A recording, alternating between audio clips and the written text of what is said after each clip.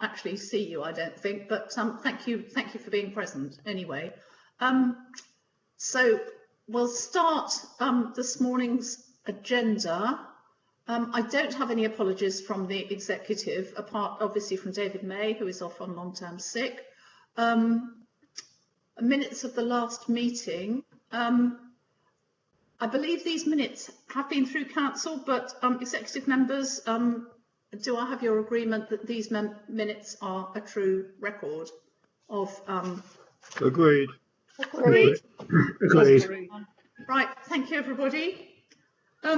Urgent business, I have not been notified of any urgent business to bring forward. Division of the agenda. It may be necessary to divide the agenda later on, but we will do everything we can to stay in public session. Declarations of interest. Members are invited to declare any personal or disclosable pecuniary interests, including the nature and extent of such interests that they may have in any items to be considered at this meeting. Members, do you have any interest to declare? No. No. No. Thank you. Public question time. Now, we have some members of the public here to ask questions.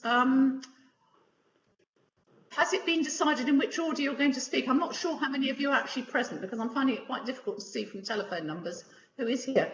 Janice, do you have any? Thank you. Karen Squire, are you here? Hello, yes, I am. Thank you. Good morning. Would you like to read out your question, please? Yes, I will. Thank you. Good morning to the Executive Committee. Do the Executive Committee feel that it is appropriate for work to start on the Malden Play Park redevelopment when there is no confirmed budget, no confirmed final quote, no completed project plans and no funding streams to bridge the gap between the proposed cost, which is at least £100,000, and the grant applied for, £45,000, as well as no documented feasibility studies undertaken, despite the area being well known for having hard bedrock close to the surface? The Parish Council have stated they will start groundworks in the very near future, despite none of the above being in place. Thank you, Mrs. Squire. Now, if it's all right with you, I'm going to take all the questions because they're all on the same subject, and we will give you one reply at the end, but you will all have the opportunity to come back with a supplementary question if you want to. So is Mr. Field with us this morning? No, he's not. Do we have anybody else from Malden with us this morning? Yeah, I'm from Malden. Sorry, who are you? Jason Elson. I actually work for the district. Oh, Jason, sorry. Hello. Oh, hello. Good Sorry, morning. yes, I've just seen you come up. That's all right. Jason, would you like to ask your question, please? Thank you. I would. I'm just really concerned that residents haven't been fully consulted regarding the proposals regarding the play park. They've put a poster on the notice board by the shops, but there's no posters around the village. There's been no signs in the park, which is what the district council would do. There's been no proper social media from the parish council at all.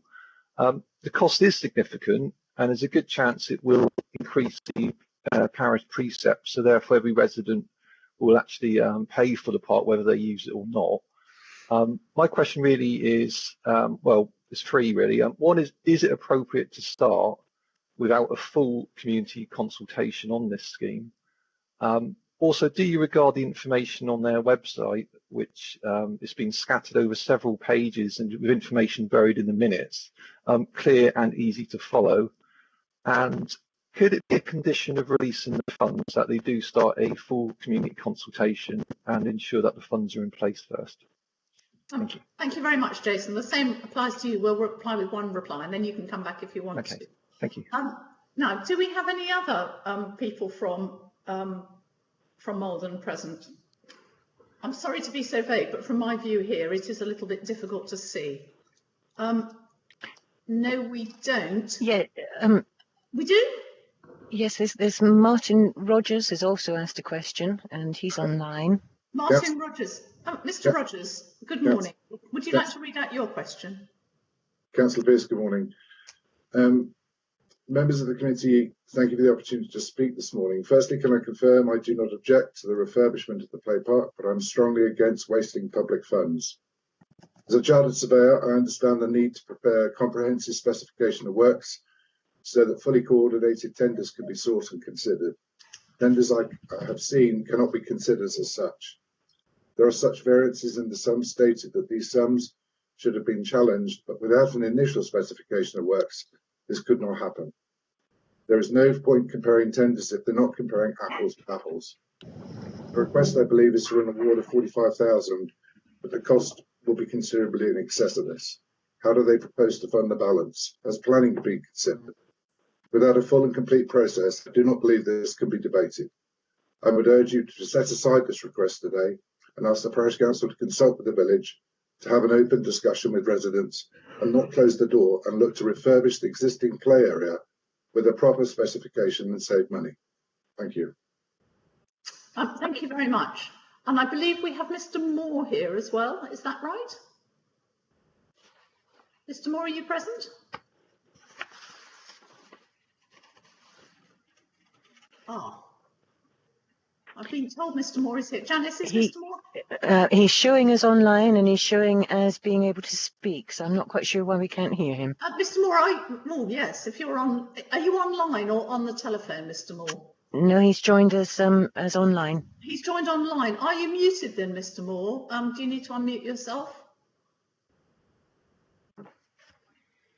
Okay. That's it now. Can you hear me now? Yes, you can. Yes. Good. Oh, hold on. Thank Good. you. Thank you. Yes. My question is basically the neighbourhood planning group has not been sitting at all, but the costs are clearly going to affect any future plans that they may have. And for 8 months, residents have not been able to speak at parish council meetings. Letters have had no response, and the parish council have no social media presence. So what I ask is, how is the wider community going to be consulted to look at the balance of the costs of this versus other things that could be spent in the village? Thank you very much, Mr. Moore. Now, we do have some other questions, which I'm just trying to sort out. And forgive me, because you've not all come in order. Janice, could you read out the remaining questions for us, please? Yes. Thank you. We have Andrew Field. Background, I understand that Malden Parish Council are requesting a grant award of 45,000 for the redevelopment of the Malden Play Park located in Torfield at the Executive Committee meeting on Thursday, the 22nd of October. Are the Executive Committee satisfied that the bidding process for the redevelopment of the play park has been submitted on a like-for-like basis, bearing in mind a large variation both in prices received and scope of the proposed work? Question from Linda Bolster. Are the Executive Committee satisfied that due consideration has been given by the Parish Council to the refurbishment and improvement to the current amenities in the play park, bearing in mind that 2 recent reports haven't condemned any of the current equipment? And a question, the final question, is from John Armstrong. Background, the Malden Play Park plans include costly groundworks for disabled facilities. Is the Executive Committee satisfied that proper consideration has been given to the fact that, despite these costs, there is no disabled access to Torfield itself? There are steep hills, steps, no pavements and no suitable entrances. Thank you, Leader. Thank you very much, Janice. Right, now, to all members of the public here, I'm going to ask Councillor Hawkins to read out the response. Now, you will probably know Councillor Hawkins as your county councillor, but he also sits on the district council, and this is within his portfolio on the executive. So, Councillor Hawkins, would you like to give the council's response to these questions, please? Thank you, Leader. Thank you very much for that. As you say, I'm the county councillor for Malden. I can hear it now. So it was just one of those things, Steve. I don't know why. It's just a sticky moment. Yeah. Hang on. Oh, wait a minute. We can hear somebody in the background. Are we okay? If you are online, could you go on mute, please? If you're not speaking, and if you're on the telephone, could you try not to have other conversations? Carry on, Councillor Hawkins, please. Right, thank you very much for that. As the residents of Malden will know, I am also the county councillor for Malden. I've attended most of the parish council meetings in the last 3-4 years, way before we became virtual, and during the virtual period as well. So this is a response from South Hams District Council. It is for Malden Parish Council to decide on how best to manage its assets. Malden Parish Council owns the site in question, and it is for the Parish Council, not South Hams District Council, to determine how best to manage their finances, contract procedures and assets.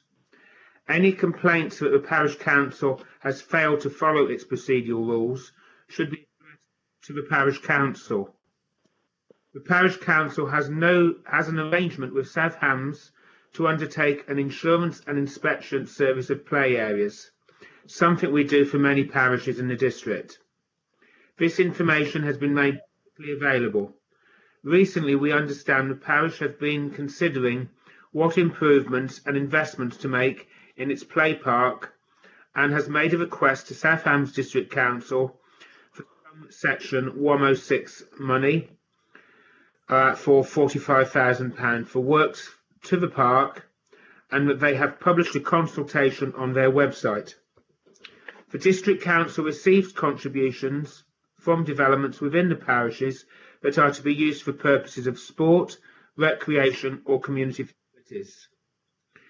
These are referred to as S106 funds.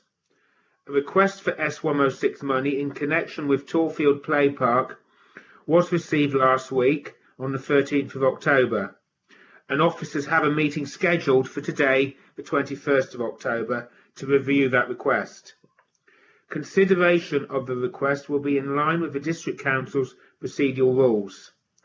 An officer recommendation in consultation with the local ward member will be taken to the appropriate public meeting, which in this case will be the executive meeting on the 3rd of December. Thank you, Leader.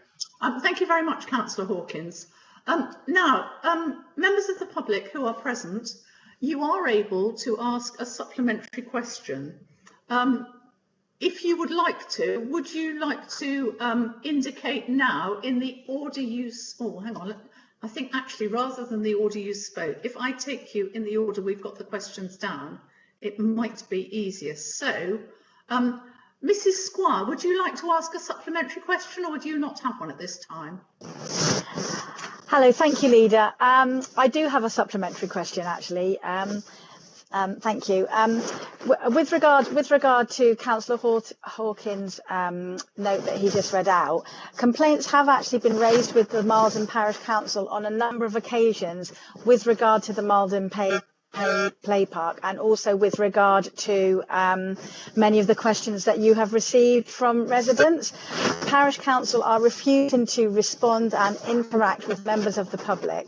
As has already been said, members of the public are not allowed to speak at Parish Council meetings, and emails are not responded to.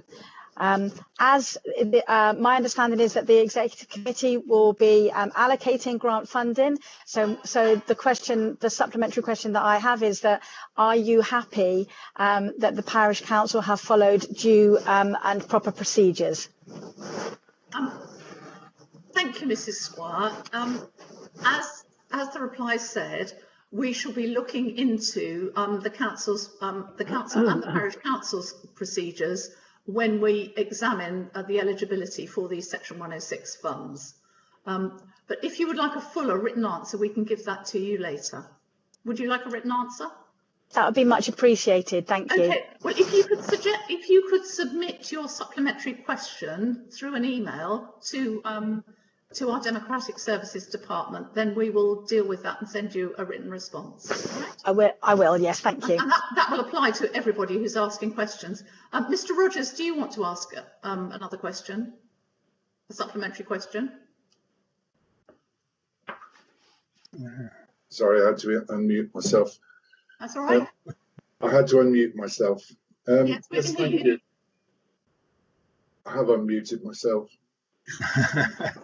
Yes. Can you hear me? Yes, we can. We can hear you, yes. I've got a note saying unmute myself. my only consideration that I'd like you to take on and to take forward is that I don't believe the parish council are capable of carrying out a development like this without having professional advice. They haven't had this. They haven't carried out. Is it, Mr. Moore? Is this a question or a comment? It is a comment. Ah, well, this is meant to be a supplementary question. Well, it's a question. That's what you have a chance to do. You have a chance to ask a supplementary question based on the answer you've just heard. Fine, Councillor Pearce. I look forward to a response. That's fine. Okay, that's okay. Fine, thank you. Jason Nelson, would you like to ask a supplementary question? Yes, I would. Thank you. I'll lead up to the question, but my current thing is that the council have said they run a consultation on their website, but at the same time they're saying they will not run a consultation as it's a refurbishment of existing equipment. The consultation on the website relates to various plans and costs which don't even relate to the plans, and they're not like-for-like quotes, and it's just extremely confusing. So basically the existence of these plans have been quoted using one poster next to the shops, and it's just, my question really would be, because it's not down as my original questions there, is bearing in mind this isn't a community consultation, I just believe that there should be a condition of release of the funds that they actually run a proper community consultation, because at the moment it's been very selective and it's just they're not covering the whole of the community. So my question would be is, can it be a condition of releasing the funds that they actually run a full and proper community consultation? Thank you, Jason. Okay, I think we've got that one, so we will send you a reply in writing. Okay. Thank you very much. Peter Moore, I think have you been Yes. in yet? Sorry, I'm losing the plot a bit on who's spoken and who hasn't. Actually, my question is pretty well the same as Jason's, that whether the executive committee could place a rider on the funds to have a good, objective public consultation which is published, and not just asking people what they think, but a proper, objective public consultation with the results published. Thank you very much. I think that was a comment rather than a question, but It's a question because I was saying we will ensure that's included in the responses we sent out. Thanks. Okay, right. Thank you very much. I think we do have the local member present, and I was just going to ask him before we finish this item if he has. Can I speak, please? Yeah, that was. I'm just going to bring you in, Councillor Pennington. I was just introducing District you. Councillor Pennington, I have a question. Yes, please. Yes, okay. I am the district councillor for Malden, and I agree with everything that has been said. First of all, a quick comment by the residents and so on. But why was I not consulted by the district council on my opinion when Jonathan Hawkins, who is a county councillor, was obviously taking part? I did not know anything about it, which is a disgrace. That is why I have resigned from the parish council. And so one of the reasons anyway. Pennington, I think and now the thing is, why was I not consulted? I'm a district councillor for Malden. Councillor Pennington, I can answer that question. This is a parish council matter. It is not really at this level the district council's business, which was part of the response. The reason that Councillor Hawkins has given the response has been made clear. He is the executive member with the portfolio for this particular responsibility of play parks. It is nothing to do with his county council function, though as a county councillor he has been present at the parish council meetings. Now I hope that's clear, and that's clear to everybody. There is a bit of a crossover here, but that is the reason, and these questions were submitted to the executive committee. Well, right. I do not find that satisfactory in one little bit. I think it's disgusting. Quite frankly, I speak my mind. Thank you, Councillor Pennington. Right. So, members of the public, thank you for attending, and I hope it's clear that you will get a response in writing. For those of you who asked a longer and more complicated question, if you can submit that in writing, then we'll make sure that you get the right response. I've been asked to remind Councillor Pennington that he will be consulted on the release of funds when the Section 106 funds, if and when that happens. So, Councillor Pennington, you will be consulted, but these were questions to the Executive Committee. Okay. Thank you very much, everybody. So we'll move on to the next item, which is the Executive Forward Plan. Leader, there's been a request in the chat box for Councillor Hodgson to speak. I think it was on the last item. I don't know. Yes, okay, sorry, we'll go back to the last item. It isn't normal for members to speak from the floor on these items, but yes, Councillor Hodgson, if you want to speak, please come in. Thank you. It's just a general point, but I have received, I have to say, unfortunate comments about procedures at the Parish Council in the recent weeks, and certainly some interaction I've had through the trade project, which I chair, which Malden is part of, has been part of that debate. And I just wonder if our monitoring officer could take on board what is, you know, the fact this is rather unusual, isn't it, to get a number of parishioners coming along and talking about money that's being invested by South Hams and as part of a programme, and actually sort of like, you know, raising what I would say are very serious questions. As you know, when we sort of had lockdown sort of started with us, I was very concerned about what was going on with public interaction and democracy. And I think, while I think that what's happened with South Hams is moving forward really well, I do think that at parish council level, it seems very unfortunate that the public are not being able to engage with their parish council for such a long period of time. And I find it inexplicable. And I think it's also probably, it's certainly against the spirit of what the government regulations were at the time of lockdown. And I would urgently ask our monitoring officer maybe to look into this, perhaps with, you know, councillors Pennington and Hawkins, because I think there's quite grave matters of concern. That's all I would say. Thank you, Councillor Hodgson. I know that the monitoring officer is aware of this and has spoken to some of the residents about it. But yes, I'm sure that'll be followed up. Thank you very much. Thanks very much. Okay, so we'll move on to the forward plan. Chairman, sorry to interrupt. Can I just say one word, please? Yes, Councillor Baldry. In the interest of transparency, there's a lot of chat coming and going in the message box, which the public have not got, most of the public cannot read. And Janice has always asked members to stop doing it, but they're carrying on. And I just think members that we should not be having private chat conversations which members of the public can't see.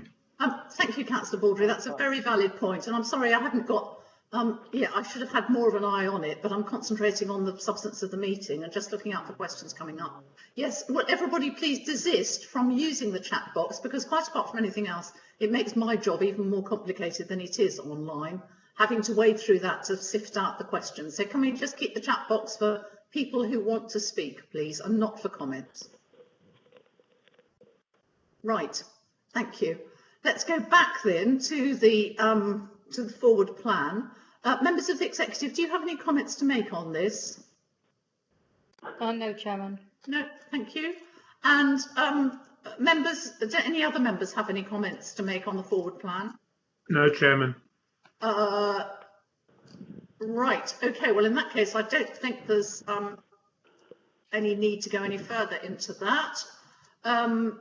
We'll move on to agenda item 7, which is the medium-term financial strategy, which comes under my portfolio. Now, before I introduce this item, there are 2 things that have happened overnight, which I should announce to you. And I'm going to invite Mrs. Buckle to say a few words before I'm going to tell you what they are, and then ask Mrs. Buckle to say a few words before we actually go into the introduction of the medium-term financial strategy. First of all, it was announced overnight that leisure centres will be awarded £100 million. This is for the leisure centres that are not operated by councils, but are operated by external operators like ours. So we should get some share of that money, but how much it'll be is uncertain. And also there has been a 4th tranche of awards to councils to pay for COVID extra expenses. This is £1 billion based on levels of population and deprivation and their expenditure demands with a minimum funding level of 100,000. We've been allocated 100,000 and Mrs. Buckle is trying to work out why, because some other districts in Devon have been awarded considerably more. So Mrs. Buckle, would you like to come in with a few comments on these two things, please? Yes, thank you, Leader. So yes, early this morning, the allocations for the fourth tranche of the COVID funding have been made public. The allocation for Southampton District Council is 100,000. The methodology has also been published, and that is based primarily on population, but it's also based on what is referred to as the COVID-19 relative needs formula. It's also based on a deprivation score, but also taken into account is something called the area cost adjustment, and that takes into account the varying costs of delivering services across rural areas. So it takes into account things like labour costs, like local wage data, and also journey times. So it is a proxy, if you like, for additional costs of operating services in more sparse areas. The funding is not ring-fenced, and the government have said they expect councils to use this funding to prioritise the running of vital services. So yes, in looking at our allocation, so for example, West Devon have received 151,000, and I think that's because of the area cost adjustment, because looking at things like the Rural Services Delivery Grant allocation that both councils get, West Devon again receive a higher allocation of that because they are in the super sparse category. And I think it's the area cost adjustment element of the relative needs formula that is impacting on those allocations. But we will do further research into those allocations. With regards to the 100 million, the scheme to support local authority leisure centres, yes, that's been announced by the Culture Secretary. His quote is, I urge leisure centres to bid for the money for people to make the most of these precious local facilities. So the Department for Digital Culture, Media and Sport are working with Sport England and MHCLG on the design of that £100 million scheme for local authority leisure centres, and how we will bid for that will be shortly announced, and further details on that scheme will be set out shortly by the government. Thank you.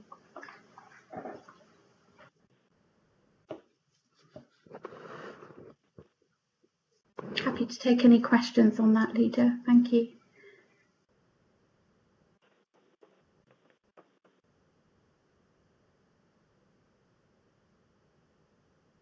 I think you're muted, Leader. Sorry, I was, because my phone went off when Mrs. Buckle was doing her announcement. Councillor Hawkins, would you like to come in, please? Just to comment, I'm delighted that the central government has given some money to councils like ourselves for leisure centres. It's really good news, and hopefully that we can make a good bid to spend some of that money for them. Thank you, Councillor Hawkins. Councillor McCabe? Thank you. It's just to do with the formula that and what Mrs. Buckle is actually having to research the 100,000 figure that's been. I find it surprising that they haven't given a breakdown, an itemised breakdown as how they've arrived at that figure. It seems odd that we have to spend time trying to unravel their logic. Can't we just simply ask, how did you arrive at this figure?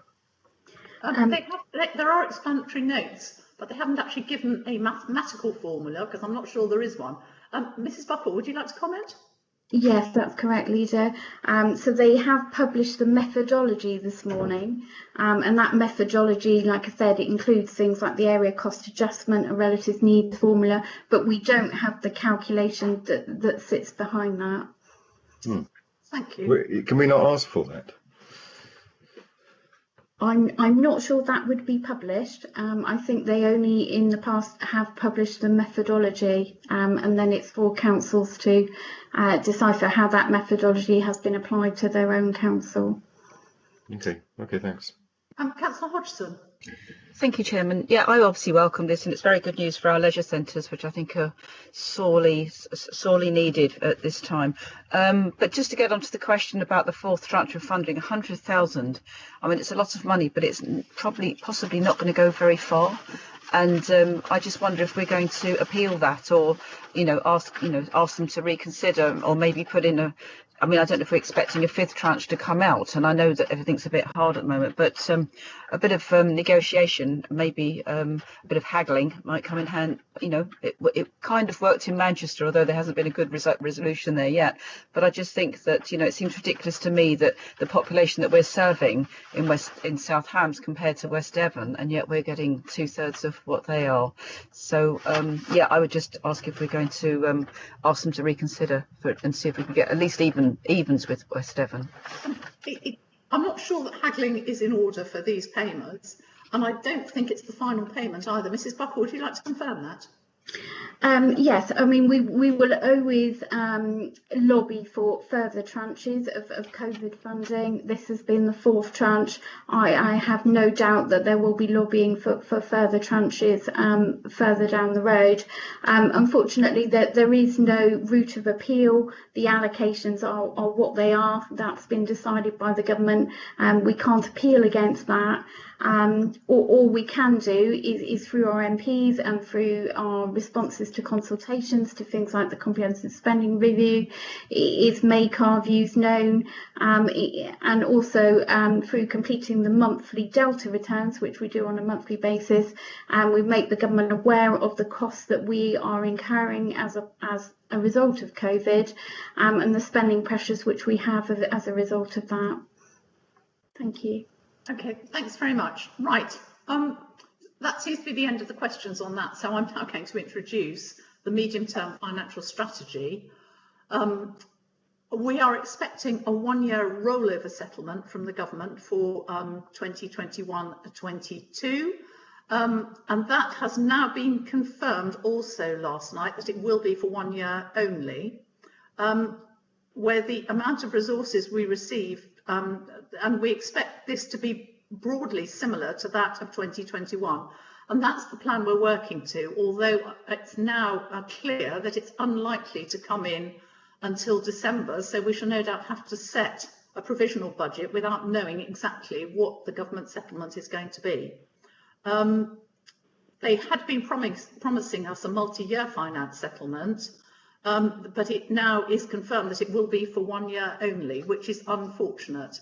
And we, as I say, we will not have details of that until very, very late. So it's going to be quite difficult to predict what exactly is going to happen. And we shall probably be in the usual position that we've been in before, where the executive look at the budget in December, and then it changes completely when the government settlement comes in, so that when it gets to the Joint Overview and Scrutiny Committee, it's not the budget the executive have considered at all, because we've had to adjust it to allow for what has come in. But hopefully, if it is just a rollover of last year's awards, then Mrs. Buckle and her team will not have too much trouble setting the budget, but we shall have to await the details. Notwithstanding all that, next year's gap looks manageable at the moment, with the more challenging budget gaps coming from 22-23 and the future years. Section 8 of this report shows that the various options for closing the budget gap. Appendix B shows the position over the next 5 years, and the budget gaps for the next 5 years total 1.9 million. But you have to remember that because we cannot set on a negative budget, some of those amounts get removed every year as we manage, even with difficulty, to settle our budget. At Appendix C, we have shown the contributions to and from reserves in 2021, and in the next budget report, we will split these into two columns to show those which are annual contributions and those which are one-off contributions from reserves, e.g. to meet part of the shortfall for the amended budget. Just to make that clearer for members, because I know there have been a couple of comments sent in about that. Right, okay, so I'm going to ask for questions, but before that, I will propose the recommendations, of which you will see there are 5 to council and 2 to the executive. Do I have a seconder for that? Seconded. Thank you. Right, do we have any questions on this paper, please, first?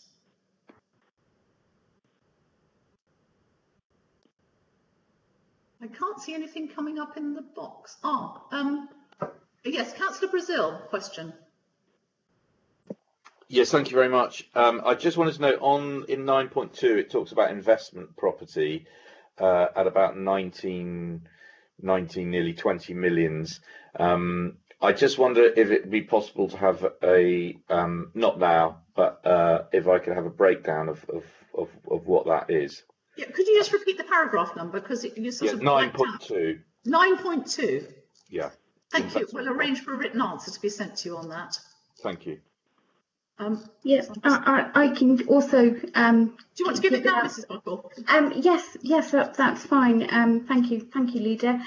Yes, so that is predominantly the land at Ivy Bridge, Lee Mill, and also the investment property at Dartmouth. Thank you, Mrs. Buckle. It's predominantly those two. Yeah. Okay. Do you still need a written answer, Councillor Brazil? No, I mean I know that I knew the one at in Dartmouth. I think it's around 5 million, but I didn't know quite how much if it was all to do with Lee Mill. But so we're saying that Lee Mill's in the region of 14 million, something like that. Yes, it's predominantly those two. Thank you. Okay, is that all right? Yes, thank you. Thank you. Okay, well, if that's the last question, members of the executive. Sorry, Leader. There's also a request for a question from Councillor Birch. Councillor Birch. Yes, sorry, it's just flicked up. Councillor Birch. Thank you. I'm referred to paragraph 10.7 of the report, which deals with earmarked reserves, and it states will remain subject to review with the exception of the reserve for the Salcombe Harbour Board. My question is, how long do these remain under review? And secondly, can there an exception be made in respect of the £400,000 for the climate change provision? Mrs. Buckle, somewhere in this report, there's something that says that gentle easing of that can be supported, isn't there? I can't remember where it is though. Yes, that's correct, Leader. That's in 10.8 of the report, and it says, in view of the relatively modest budget gap predicted for 21-22 of 137,000 set out in the report, obviously that's based on our current assumptions, but limited spending of earmarked reserves will be considered to support wider corporate objectives. Thank you, Mrs. Buckle. Yes, I think that's it. It's limited spending. We should be discussing that this afternoon, Councillor Birch, but I think by the time a proper scheme is has been determined for the release of that money, we will indeed be sort of into the new year. So I think the two will coincide quite nicely. Thank you for your question. Yes, can I just then ask, are you saying that in effect the £400,000 that's been set aside for climate change is safe and secure for future expenditure? Councillor Birch, that was never really in question, except that we had to put all reserves under review in view of the situation, because we still aren't sure what's going to happen between now and next February. But having said that, some gentle easing of all those reserves is in order now, because we looking at what the budget gap is going to be. Now we've got the medium-term financial strategy. It isn't as bad as we thought it could be, but that's not to say that things could get a deal worse between now and February. So if you understand me, yes, the £400,000 for climate change is no more impacted or less impacted than any other earmark reserve in the council's budget. It is just an earmark reserve in the council's budget. I'll take that as a yes then. Well, you can take it how you like, but I can't predict what's going to happen between now and February. Right. So, members, could I ask a question, please? Oh yes, sorry, Councillor Pennington. Of course you can. Thank you. Shall I do it now? Yes, please do. Well, I'm speaking really not also as an economist, which I am. In the worst economic situation that anybody has ever seen, and devastating, and it's going to be devastating, we all know that. Why is it on page 19, fifth point down, where it is assumed council tax limits for district councils will remain at the higher of £5 or 1.99%? Why is it not so for parish councils? And if it was put on parish councils, could the section 151 tell us perhaps how much it could save us? Councillor Pennington, this is decided by the government, not us. So I'm just asking a question. I know. Yeah, well, so to undecide it would be pure speculation, wouldn't it? And it would be different figures for each parish council. So I'm afraid that's not a question we can answer in this committee. So they can spend whatever they want? Well, at the moment they can, yes. And at the moment they do as well. Chairman, on page 27 of the report in 4.14, there is a breakdown of an average bill for Southams District Council, which includes an average parish or town precept.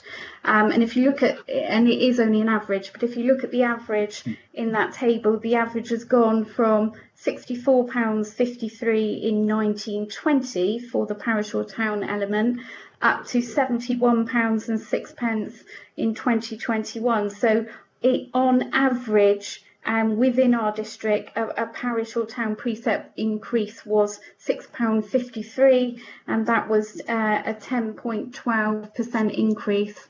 On an annual basis, the government do set out the draft finance settlement, and within that, they do give an indication as to what their thinking is around whether or not towns and parish councils will be subject to council tax referendum criteria. In the past, it has been the case that there are no referendum limits for town and parish councils. We do not know whether there will be any referendum limits for town and parishes for 21-22, but I expect that in the announcement which comes in December on the draft finance settlement, the government will announce whether or not they are thinking of applying any town and parish council tax referendum limits for 21-22. They have not done in the past. Whether or not they will do in the future, we don't know. That is unknown at the moment, but we will get an indication of that in December when the draft finance settlement is announced. Thank you. Thank you, Lisa. Excellent as usual. Okay. Right, yes, and I know that some parish council precepts have gone up because, for instance, they've taken on public toilets or they're having to make contributions towards them. So that accounts for some of the rises. Councillor Councillor Baldry, sorry. Thank you, Leader. With reference to the points that Councillor Pennington has made, he is the most experienced councillor in this meeting, and he knows full well that the District Council, unfortunately in my view, has no control over the precepts which are set by parish councils, and this is a matter for government, and I'm sure he will want to contact his elected Conservative representative to tell them so. Thank you. Thank you, Councillor Baldry. You're absolutely correct. It is completely out of our hands. Councillor Hodgson. Thank you. 2 points. One of them is, I'll just actually go. One of them actually relates to what the conversation is now. I understand that Teignbridge District Council has asked its parish councils, town parish councils, to increase their precept by a small extra amount on the basis that they at district council level will withhold that. So I don't know about the legality of that, but I heard that through the town council yesterday in Totnes, and I just thought that was quite an interesting idea. It's obviously whether it's legal or not is another matter, but it's actually obviously a way round district councils not being able to raise the precept to their precept without an expensive referendum. And my second point is regarding page 53 of the report, 3.3. Item 3.4, the Market Square Totnes. I notice in there they're talking. There's a line that says there's a need to delay the procurement programme by 12 months for the redevelopment, which I'm very aware is something that Totnes Town Council has raised its precept for in the last couple of years to be able to afford. And I just wonder. I'm just checking really what the view that has been expressed back from the town clerk regarding this proposal to delay the whole thing by 12 months, because I know there is quite an anxiety to get on with it. So those are my two questions. Thank you. All right, Mrs. Buckle, do you have any comment on that question? I don't have any comment on matters for Teignbridge District Council. What I will say is we are in the process for our council, as are all districts, in the process of calculating our tax base for 21-22, and we will be shortly writing out to towns and parishes to give them an indication of what their tax base may look like for 21-22. We want to do that on an earlier timescale than normal. Our normal timescale is that we do that in the middle of December, but what we're aware of is the fact that we are seeing higher levels of council tax support. That can have an impact of negating some of the growth from housing growth on the tax base. So although in some parishes they may be anticipating an increase in their tax base and they may be starting to build that into their budgeting process, what we think is that will be negated by higher levels of council tax support. So probably what we will need to do is to write to our towns and parishes on the basis of and looking at their individual figures, but probably saying to at the moment look at a standstill tax base for 21-22, in that we think the levels will be such that there won't be many increases in individual tax bases, because that housing growth is probably going to get negated by extra council tax support. So we will be writing to towns and parishes to say, please prepare for a sort of standstill tax base. But we're working through individual parish figures at the moment, so it may look slightly different for each individual town and parish. But that is something we do need to communicate to them quite soon. Thank you very much, Mrs. Buckle. And Councillor Pannell. Sorry, Councillor Pearce. Do you want to come back? There's no answer regarding the Market Square point I just asked about. Oh, okay. Yes, Market Square, Mrs. Buckle. I don't know if Mr. Brooke is able to comment on yes, Market quickly. Square for Totnes. Thank you, Lida. Yes, so there is money available within the capital programme for that scheme, and it's just a question of engaging with that scheme and moving it forward. I mean, I suspect that the town council would like to see that move forward a little quicker than it is, and I think we would too, if I'm honest. But for one reason or another, mainly related to all of the COVID issues, it has been sort of on pause. But it's still very much a live scheme, and we're very conscious of to deliver it. Thank you very much. Councillor Hodgson, can I suggest you get together with Mr. Brooke sometime and try and hammer that one out between you?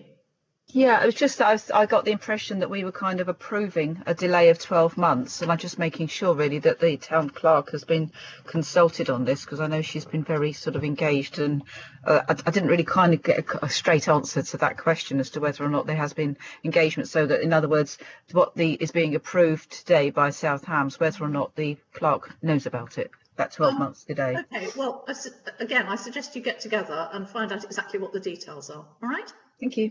Thank you. Councillor Pannell. Thank you, Leader. Just commenting on the veiled or unveiled criticism of parish councils for putting their precepts up. For the last 10 or 15 years, parish councils have been continually told by the district and the county council that these authorities can no longer provide some of the amenities they were in the past, such as toilets, such as play parks, such as cleaning the weeds and trees that are growing in the curbs and gutters and on the pavements of our streets. And the constant rejoinder to parish councils, well, if you want these things addressed, you have to do it yourself. I'm not a parish councillor myself, so I've got no extra in there, but it does seem a bit rich then to turn around and blame parish councils for putting up their precepts when they try to take on these responsibilities which they have been asked to do. So I think we need to bear that in mind when we're talking about the increases on precepts that some parish councils have been making. South Brent, for example, has 2 public toilets to run, and there's a third that's very much needed. They can't afford to do it, and they're looking, and it is hoped that this one up on the edge of the moor can be taken on and open soon. But that is the sort of thing that parish councils are facing, and they have to raise the money to pay for it. Councillor Powell, I think we're well aware of the extra duties that parish councils have taken on, and we're very grateful for them. And I personally am not criticising parish councils at all, because I think on the whole they set very responsible budgets. So don't think the criticism is coming from the executive, please. Thank you, Lydia. Right, I think that's the end of the questions, unless anything else flashes up before I finish speaking. So, members of the executive, is there anything you want to debate in this paper at all? No, we're quite happy to progress, Leader. Quite happy to progress, right, thank you. Well, let's go to the vote then, and I'm just trying to get the recommendations up. So are we content with, first of all, we'll split this and we'll take the first 5 recommendations to... Sorry, Leader, that there is a comment from Councillor Brazil wishes to make... So there is. Look, could you try and get your comments in the chat box, because that definitely wasn't there when I started speaking and moving on to the next part. So if you do want to comment, please get them up in the chat box, because I'm having to go back the whole time and it's actually getting a bit annoying. Councillor Brazil. Thank you. Sorry about that. I was trying to do it in order, because I thought you were going to go comments to the executive members and then comments to us. But anyway, I'll do it earlier next time. Okay. But I hope you don't think I'm being pushy if I do that. Anyway, just a couple of comments. First of all, on number 1, I mean, I have a fear that the government, rather than taking its duty as raising revenue to try and fill the COVID gap, will allow councils to put up their council tax substantially more this year as a one-off. And the way that number 1 is read is it says that it's our intention to raise the council tax by the maximum allowed in any given year. I mean, I wouldn't support, or I hope members of the executive wouldn't support a huge rise in council tax. It's a regressive tax, and I would, I don't think we should support it. The other thing, I mean, obviously I can bring that up at full council when it's a recommendation. The other thing is that I see you're lobbying. You want to lobby government about the baseline for the rates. Excuse me. There's nothing there about continuing to lobby the government about closing the loophole of domestic property switching to business rates, and also the opportunity for local authorities to charge second homes increased council tax, which both of those would raise substantial amounts of money and negate any need for us to make cuts to any of our services. Thank you. Councillor Brazil, I'm sure on that point you and I could come to an agreement on an amendment at council. Excellent, thank you, thank you. So we'll talk about that later, if that's all right. Yeah, absolutely. Yeah, no, that's right. Very positive. Okay. Thank you. Good. All right. So, does anybody else have any comments on the debate? I mean, I seem to have taken questions and comments from the floor already, but nothing else is coming up. Right. Let's move forward. We'll take the first 5 recommendations first, which are to council. Members of the executive, are you happy with those? Yes. Agreed. Thank you.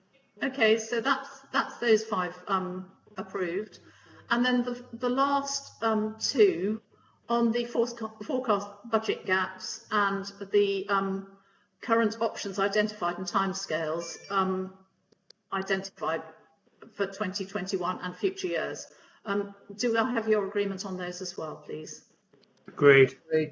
Right, Yes. thank you very much. So that's all agreed, and we'll move on to the next item, which is item 8, the capital programme monitoring. Councillor Bastone, over to you for this, please. Thank you, Leader. Before I move the recommendations and give a pre-piece, I quite agree with Councillor Brazil that we should include those amendments when it comes to council, and I'm pleased, Leader, that you've agreed to that.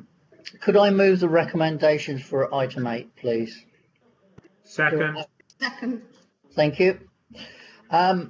This is the standard capital monitoring report that we bring before the executive on a quarterly basis. This report covers the position at the end of month 5, that is at the end of August 2020, and asks the executive to note the content of the report. And in addition, the capital monitoring report recommends that the executive notes that following the earlier consultation with the executive, the decision of the chief executive and the section 151 officer was to cease to pursue the solar investments due to the risk exposure associated with the acquisitions as set out in the report in 3.16 and also in Appendix C. That the executive recommends to council that the anticipated overspend of £93,500 on play parks be used to set up a play area renewals revenue earmark reserve to be used for replacement play area equipment as required as per section 3.11. The report advises members of the progress on individual schemes within the approved capital programme, including an assessment of their financial position. All of the capital projects are within the approved budgets. A summary of the capital programme is shown in exempt Appendix A.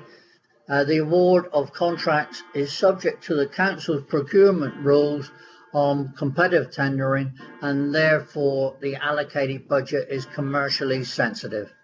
Thank you, Leader. Thank you very much, Councillor Bastone. So I will emphasise that if anybody wants to speak about anything in Appendix A, B or C, we will have to go into Part 2. So if you can try and restrict your questions to ones that are in the paper and not in those, and not quote any figures from those appendices, then we can remain in part 1. Right. Do we have any questions on that paper, please?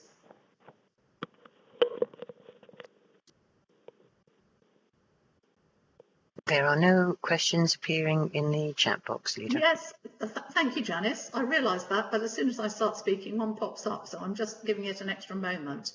But if we don't have any questions, we will go into the debate, and I'm going to ask the executive first of all if there's anything they want to say about this paper. Sharon, can I speak, please? Yes, wait a minute, hang on. Wait a minute, sorry.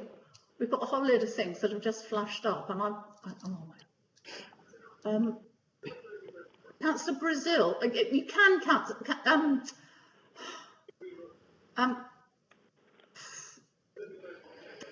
Nikki, would you mind if I take Councillor Brazil first, please? No, not at all. Thank you. Councillor Brazil, do you want to come in on this one? Well, yeah. Well, I wanted to come on this item, but I'm happy for the executive members to go first. Okay, and then I'll all right. Thank you. Okay, so it's a comment rather than a question. Thank you. I'll take. Well, Councillor Hopwood, let's have you in first, please. Are we comments or questions? Comments. Yes, we're into the debate now because there weren't any questions. Thank you, Chairman. I just want to comment really on the play parks. And it's good to see that we've managed to revamp so many play parks within the South Hams, and there are still some to be done. And it was encouraging to see match funding coming from parish councils to support the play parks, because moving forward, young people need somewhere to go. At the moment, they're very restricted in where parents feel is safe to go. But I think play parks are one area. They're out in the open, and they're where certainly young people can go and play in the fresh air. So I think we've done a really good job on this play parks initiative, and I congratulate everybody who was involved. Thank you, Councillor Hopwood. I must say that certainly the improved facilities are brilliant for children in the district. Thank you for that. Right, Councillor Brazil. Thank you, Judy. Yeah, just on the play parks. I mean, whereas I welcome the investment that the South Hams makes in the play parks, I do think it's unfair that play parks that are not owned by South Hams or have been transferred by South Hams to their parishes at the moment are, hopefully it will change, are having to handle the whole costs, let alone match funding. I think the sooner all play parks are transferred to their respective parish or town councils, the better. And I think we see that is happening. Is it in Ermington or Yompton or whatever, with a bursary that goes with it? And I think that that's something that we should move towards to make it fair across the whole South Hams. Having said that, wasn't my main point that I wanted to come in on. The main point I wanted to come in was, and I'm not going to quote the figures from Appendix C, but I am concerned to see that the South Hams has spent a considerable amount of money on a project that is now dead in the water. And I'm afraid this is a recurring theme that we see of hundreds of thousands of pounds being spent by South Hams on projects that do not come to fruition. What I'd like to know is who gives the go ahead for this expenditure? You talk about risk. I sit on the audit committee. At no stage was that project discussed at the audit committee and the risk involved. Are we happy that officers within South Hams are able to spend hundreds of thousands of pounds without redress to any open, transparent decision making on spending that money? And can we please tighten it up? And my final point on that would be is that I think it would be very interesting if there was a list of all the monies that our assets department had spent on projects, and actually how many of those had come to fruition and how much of that money had actually not been wasted. Thank you. Councillor Bastian, do you want to answer that one, or shall I? Yeah, I'll make a stab at it, and if you want fine. to pop in later. Please do, yes. Firstly, I'm a bit worried. I'm starting to agree with Councillor Brazil on several things, and I agree with him on the play parks, that we should be handing them all down to the parishes so that it's on an equal playing field, so if you pardon the pun. On the solar, I imagine he's Councillor Brazil or Julian is referring to the solar farm when he goes on about the costs. At the time when we decided to go ahead and do the due diligence, I think by now, if we hadn't had COVID, we would have done that investment. But because we took the care in doing the due diligence and spending that money to make sure that the proposition would have been the right one, we've got out of that by not proceeding because of the changes during COVID. And most of the councillors, when we first mentioned the solar park, nearly all the councillors were in favour of it because they saw it as a way of offsetting our offsetting in a way towards climate change. I accept his comments about we need to tighten up a bit, and we are considering bringing to council at a later stage. I'm not sure, we're only in the initial stages of putting something together, because we do have to change our our thinking about how we invest monies in projects, because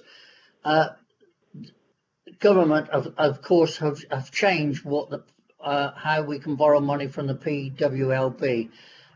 If you want to add to what I've said, Leader, please do. Thank you, Councillor Bastone. Yes, I'll just add a few points to that, or clarify a couple of points. The point, first of all, we were looking at these solar parks because, as Councillor Bastone correctly identified, it would have been a superb way of mitigating a lot of our carbon footprint by re-importing these renewable energy produced back into the district. That's the first thing. So it would have been a very good climate change project, and it was on that basis that we asked for it to be investigated. Now, two things happened. It became clear in doing the due diligence that actually the project was not going to be as simple as we had thought. We knew there were a few problems, but the problems turned out to be bigger than we had anticipated. And secondly, then COVID struck, and in June it was very difficult to see where we were going, and I think we're going to enter a similar period again now. And combined with that, the findings of the select committee came out, which had been looking into commercial investments by councils, and it looked as if we could have got caught between when we borrowed the money and when we actually had to spend it on the building of the solar park. And so we decided that the risk was too great and that we wouldn't proceed with it. Now, that decision was taken under the policy, and it is a decision for the executive.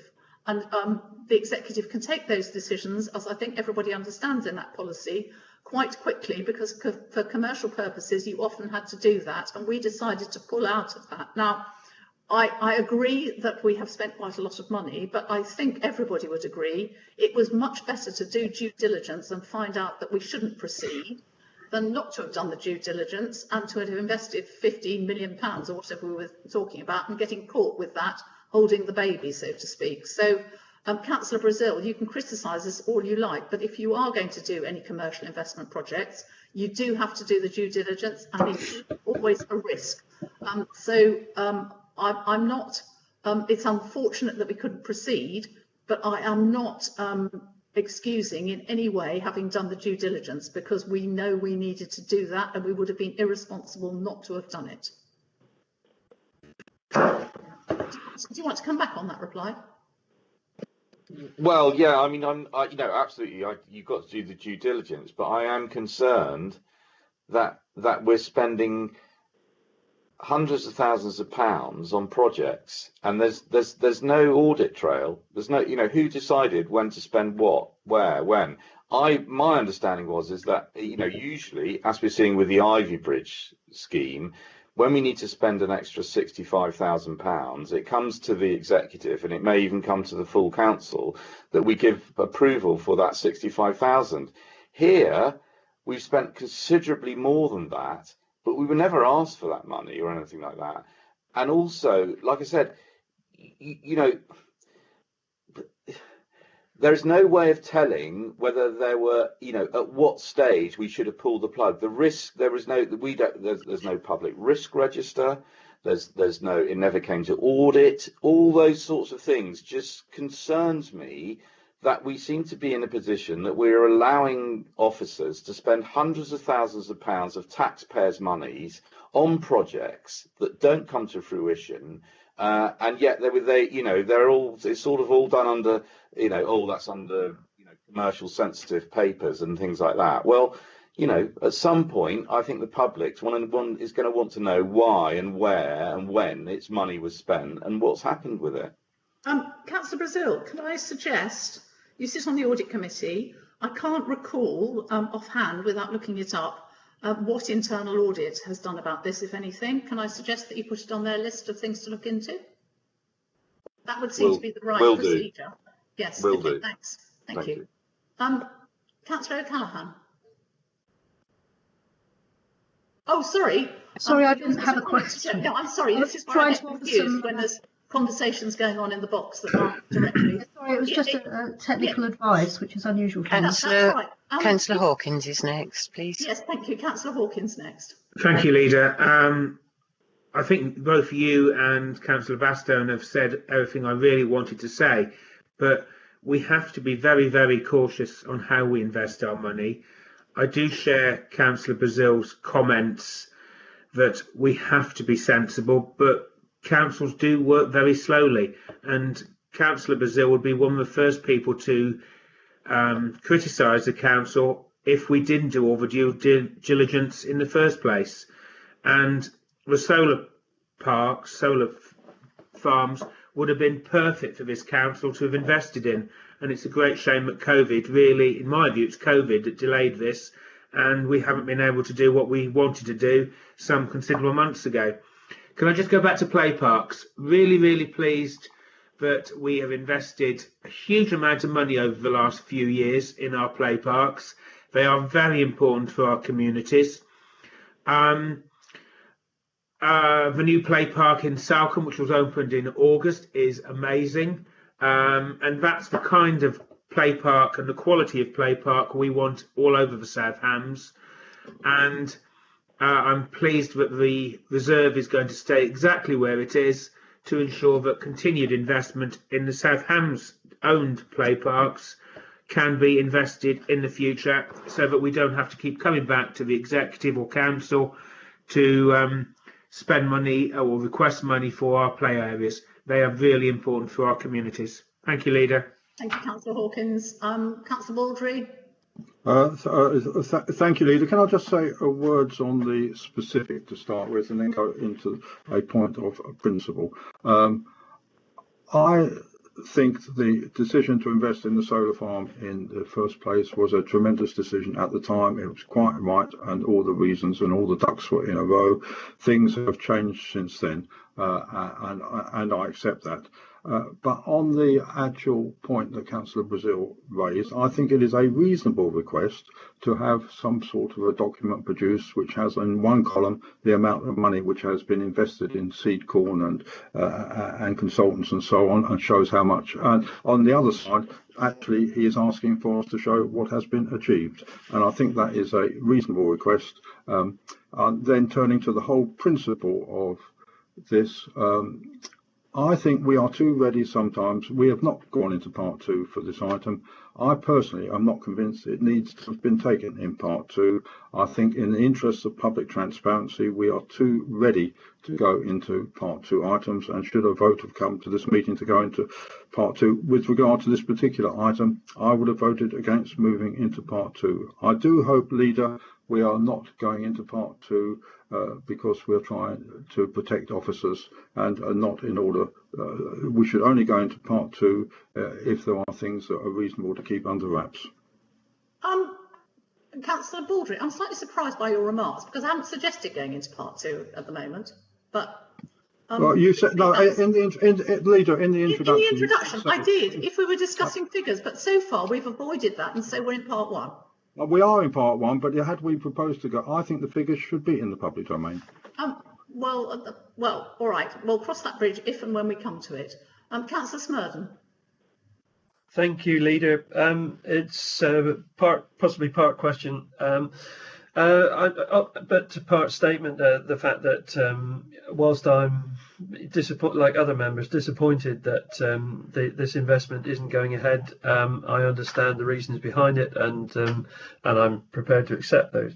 I would just like just to possibly, if we could reaffirm that we still have a commitment to renewable energy projects. Should, when the dust has settled, particularly who knows when the financial dust will fully have settled, but that in the future we will continue to look for a possible renewable energy project. Preferably, ideally, it would be based in the South Hams, but I'd just like to a reaffirmation that just because we've not done this one, we will continue to look at other ones. Thank you. Councillor Snowden, I think I can reassure you, because there is an action in the climate change strategy and action plan to look for renewable energy sites within the district. And under the present planning regulations, we would have to allocate those sites for them to be eligible to be considered. Good. Thank you. Glad to hear that. Okay, Councillor Hodgson. Thank you, Chairman.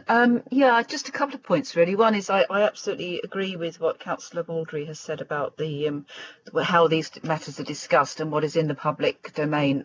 This is public money we're talking about, and I think we have a duty to make it really clear how and what we're talking about, so that I think the public can really understand and be part of it. The more we push people away and don't tell them things, the less interested and engaged they are. And there's times, particularly now, I think, when we want the public to be very engaged, and I think they have a right to be.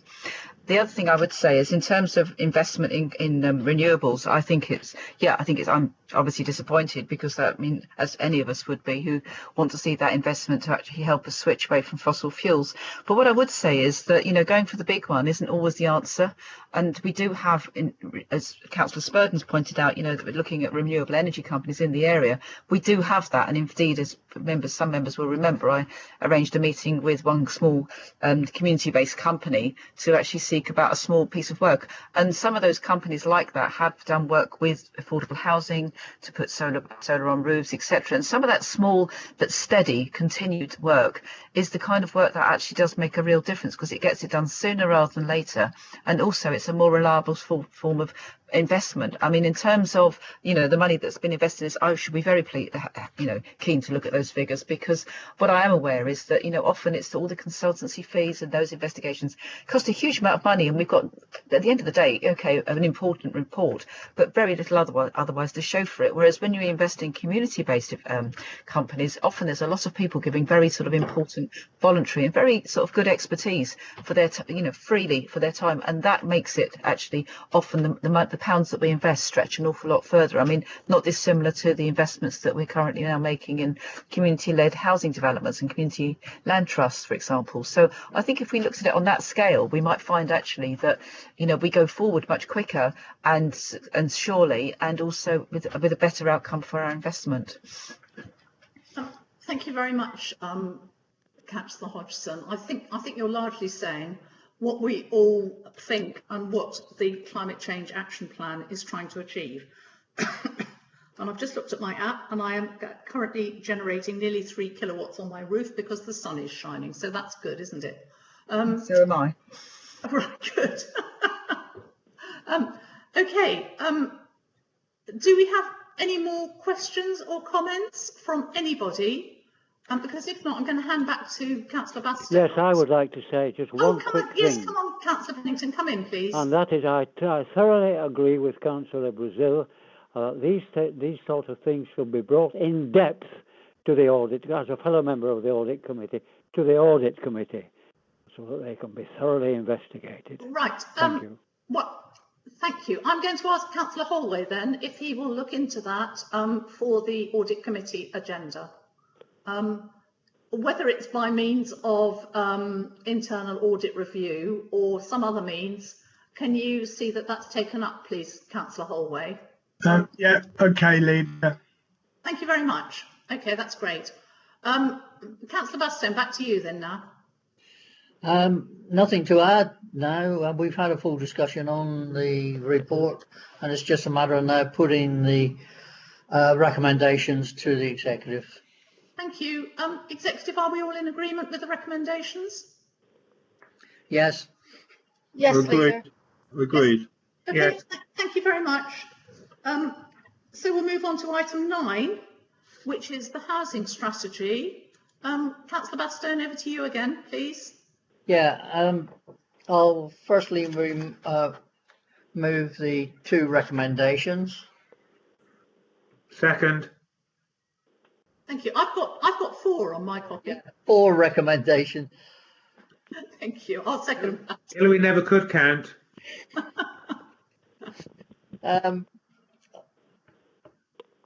This report actually went to overview and scrutiny, and that's how we ended up with 4 recommendations as to the original 2. My apologies for that. Members will be aware that it is our intention to adopt a new 5-year housing strategy in April 2021, jointly with West Devon. Many members, including members of the Overview and Scrutiny Panel, have been involved with the workshops to discuss our key objectives. This will shape the strategy ahead of public consultation over the Christmas period.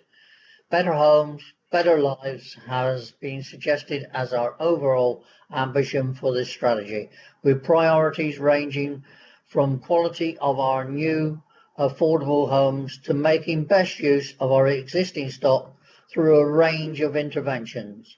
It is important to remember that it is not a replacement for the joint local plan and will have its place underneath it, complementing where possible, but also offering further opportunities for the vast majority of our housing which is already built. This report focuses on the work so far and sets out the next steps before the final anticipated adoption in April. All members are invited to continue to contribute to this evolving piece of work. Thank you, Leader. Thank you very much, Councillor Bastone. Do we have any questions on this paper? I'm hoping not too many, because the identical paper has already been through overview and scrutiny. So if there are any questions coming up, I'd expect them to be from members of the Development Management Committee. Can't see anything coming up in the box. Right, do we have any debate on this, executive members, or are you happy with the paper? Councillor Brazil. Councillor Brazil, come in, please.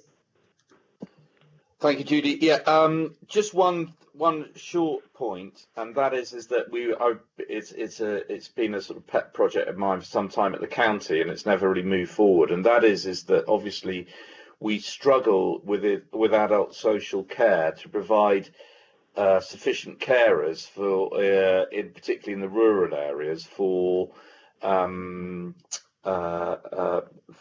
people to stay at home and to have carers come and see them, which is obviously, I mean, I think it's beneficial for everyone. I mean, you know, people would like to stay in their homes, and it takes stress off other services. I'm keen that we should be in some kind of partnership with the county in respect of providing. I could come under the key workers heading, but that we specifically provide housing for carers in some of our larger developments, and I'm sure the county would be keen to be involved in that. It's all been a bit sort of wishy-washy at the moment, and I wondered if it could be given some, just in a way of this is by saying if we could give it some sort of legs or pegs that we could hang it on, in order to try and get the district and the county to talk to each other. Thank you. Councillor Brazil, I think in theory that's a very good idea. The problem is that the people who need caring and the carers tend to sort of be here today and gone tomorrow. So there is actually a mismatch with trying to keep up with what's going on where. But I'm sure we can. I'm sure we are consulting the county on this housing strategy.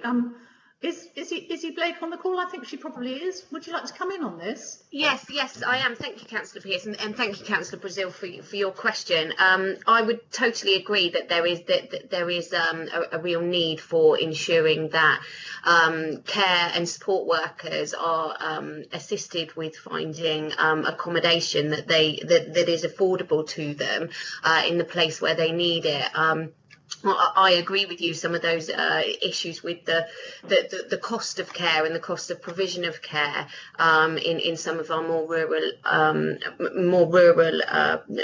villages and towns and villages, it means that very often what happens is that person requiring the care has to move, and that's away from where and that's wrong on a lot of reasons. So we are certainly, it's one of the things that we've picked up, that we want to innovate key worker housing and to meet that real localized need. and we're working out how we might be able to actually do that. But yes, we're having lots of conversations with county about a whole raft of things, including different types of supported housing, really understanding their need and their progressive need for all sorts of different vulnerable groups. So yes, very much working with them, Councillor Brazil. Thank you very much. Do you want to come back, Councillor Brazil, or are you happy with that?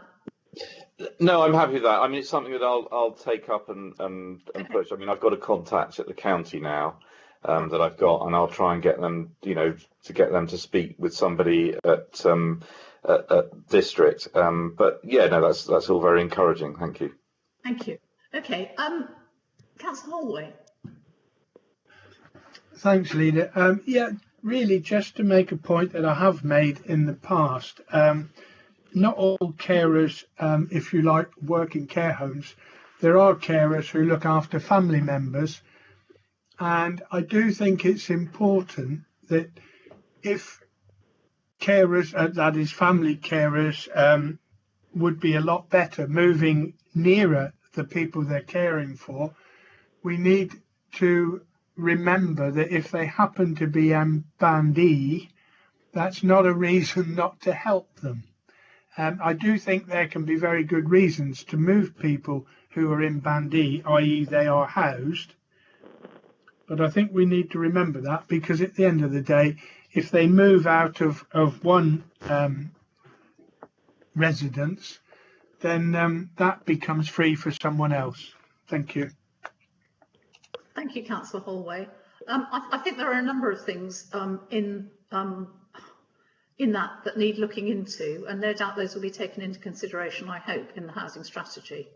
Thanks. Right. If we have no further questions from the floor, members of the executive, I'll just ask you, is there anything in this you wish to debate? Again, it's your chance to have a say, because overview and scrutiny have already had a say. And Chairman, I think that's the issue. It's already been through scrutiny. Well, I think that is the issue, but I'm hoping this is the last time you ever see a paper where this happens. I'll keep my fingers crossed and my toes and all the rest of it, but I think well, let's see what happens. Councillor Bastone, do you want to come back at all? Yes, I would like to, Chairman. Thank you. I think it's important that members continue to think about this, because the strategy is not finished yet, and we do need the input from our members and from our community. And Councillor Brazil's comments about carers was a good one. I live in a block of apartments, and there are a couple elderly people here in the apartments who need daily carers, and they have to come from Torbay. It's a shame that has to be, but yeah, it's something we do need to consider. But I would, and I'm sure Izzy would, appreciate any comments that any members can think of after this meeting or in the coming weeks, that they send in some information to Isabel, and she will consider that. We're having a little seminar between a group of us later, well, I think it's in early November. So any contributions would be appreciated. Thank you, Leader. Thanks very much. And Izzy, if you've got any particular topics you want member comments on, please let us know. And then members can comment on that particular topic. Thank you. Right, so shall we go to the recommendations? Executive members, are you all in favour of the 4 recommendations? Agreed. Agreed. Right, thank you very much. That's good. We'll move on to the next paper, which is item 10, the waste and cleansing contract performance. Councillor Baldry, please. Yes, thank you, Leader. I've made my way very slowly to the front of the room, and alongside me is coming Mrs. Savage, and she is going to be in the meeting and make any comments you want. Metaphorically, that is alongside me, and also in the background somewhere are representatives of our contractor FCC, and in particular Mr. Steve Longdon, who is the operations director, and I'm sure he may want to say something later on. Leader, this is a very long paper, and I'm only going to pick out the highlights. I am going to concentrate on the heading, which is Waste and Cleansing Contract Performance. This paper started to be written before the recent round changes, and I would say, Leader, we need to concentrate on the performance up until, shall we say, the last 2 weeks, and I'm sure members will have questions to make on what's been happening in the last 2 weeks. But this is really, Leader, a good news story. It says that we are measuring the performance, and in particular the performance of the mainstream of the services we do, which is our dust carts collecting door to door, and we measured against the key contractual objectives. There's been a significant reduction in the number of missed collections since the contract began. We also need to look, I think, at street cleansing. Street cleansing, of course, includes waste bins and dog waste bins, and there have been opportunities there for improvement, which most of us are aware of. And also the report points out that we are moving into the Devon Aligned service next March. That had to be postponed. The background, Leader, as you know, is that this contract started on the 1st of April in 2019. It went through council. I was against privatising the service, but now we are going to make the best we possibly can as council democratically decided that they wanted to move away from direct labour. The performances are measured in paragraph 3 as written into the contract agreement, measured against the contract agreement, and we are measuring in various schemes in paragraph 3, A to I. I think the costs we need to look at are the fact that the savings have not been the number we achieved. You can see in paragraph 3.2 that we hope to achieve a 424,000 per annum, but because the Devon Aligned service was postponed, that amount is only 286,000 instead of the proposed 400,000. As members will know, the round review, which was a preamble to the main Devon Aligned service coming in, that came in on the 5th of October, and as I've said, I think you'll find that members may individually want to raise points on that, but this is about the overall performance of the FCC contract. The F&G in the report show that the recycling rate has made a small increase from 53.9% to 54.4%. Just to stress, as members already know, of course, none of the residual waste from South Hams goes to landfill. It goes for incineration at Devonport, and the COVID has created a problem. The thing to stress, I think, is unlike many other districts, our crews and staff kept going. We did not cut any services. Some districts cut out collecting garden waste, for example. South Hams has maintained the service throughout the COVID period. And at this point, Leader, I pay enormous tribute to our individual staff members who have kept going. And we didn't stand on our pavements and clap them, but perhaps we ought to have done so. Towards the end of the report, there's something which is nothing to do with FCC when we're talking about commercial waste, and that is why this report is probably longer than it ought to be, because it includes aspects which are not to do with the contract.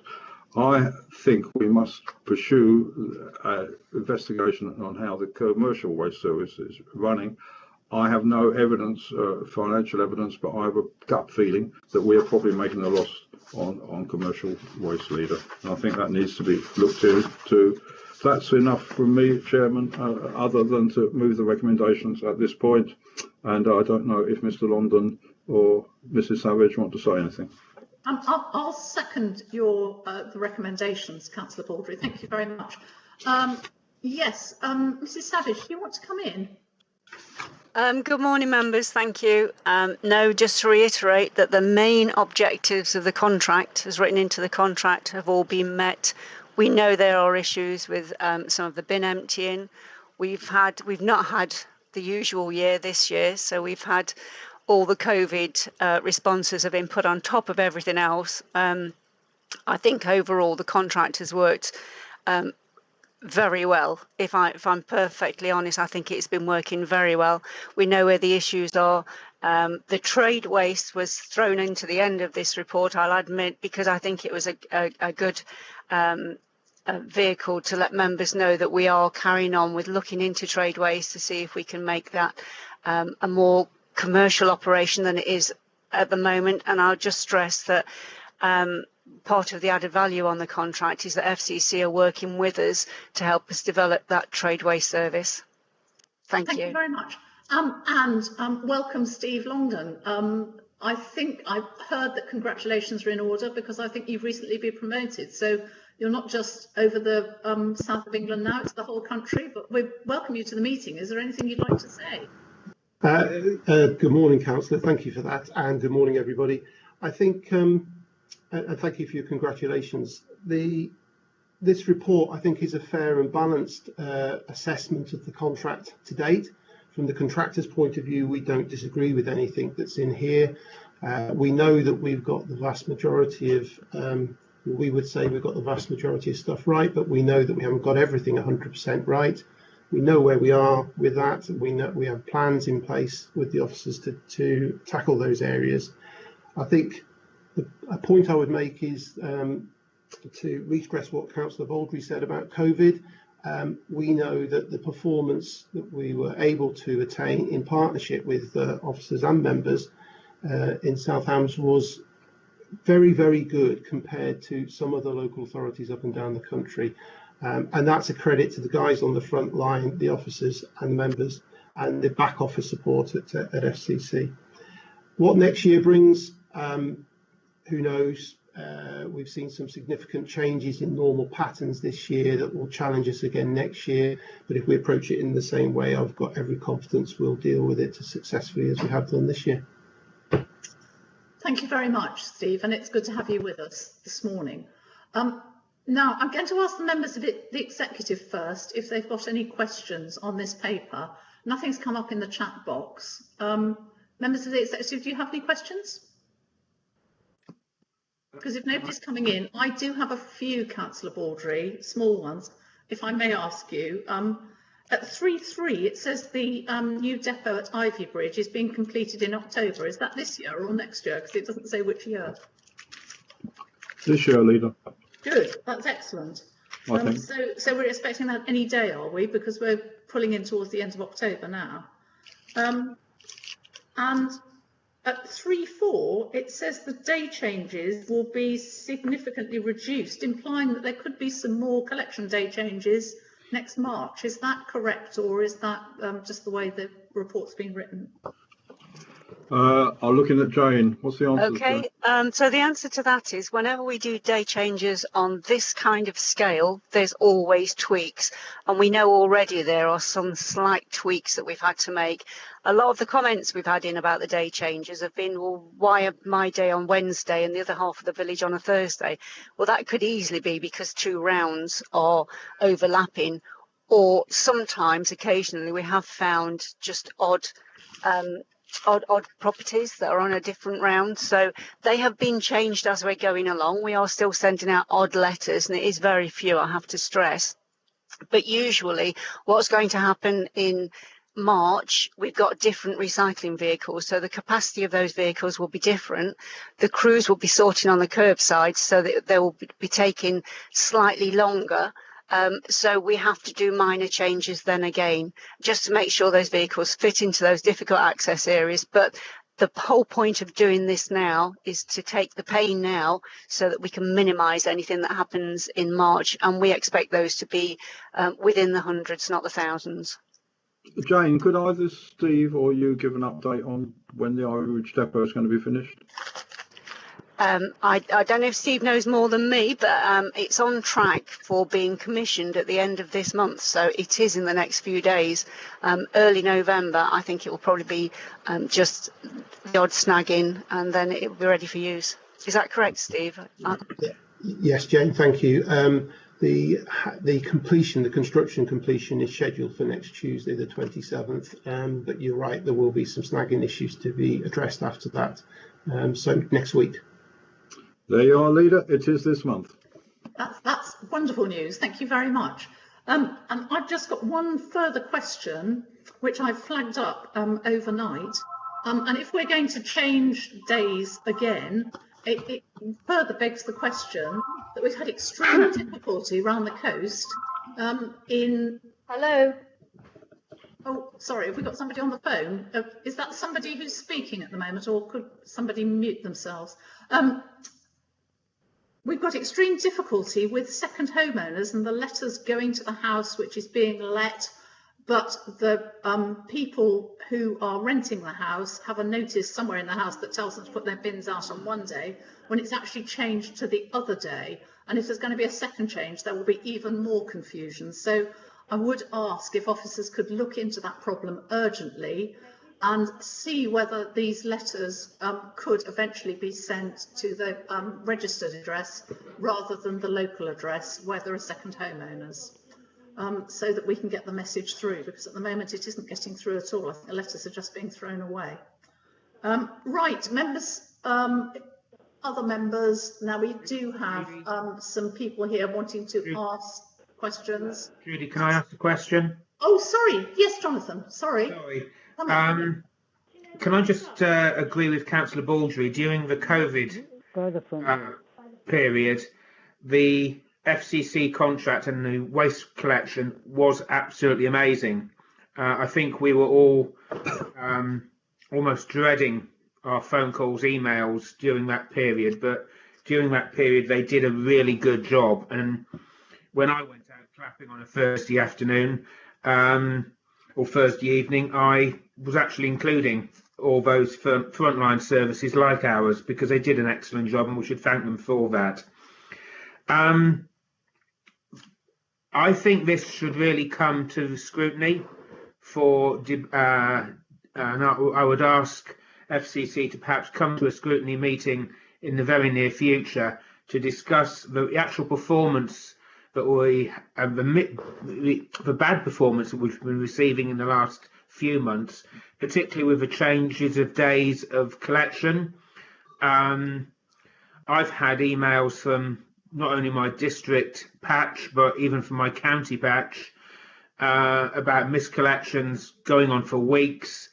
And I'd just like to thank the staff at South Hams, who have been doing an amazing job at getting this collected as soon as they possibly could when they were told it had been missed.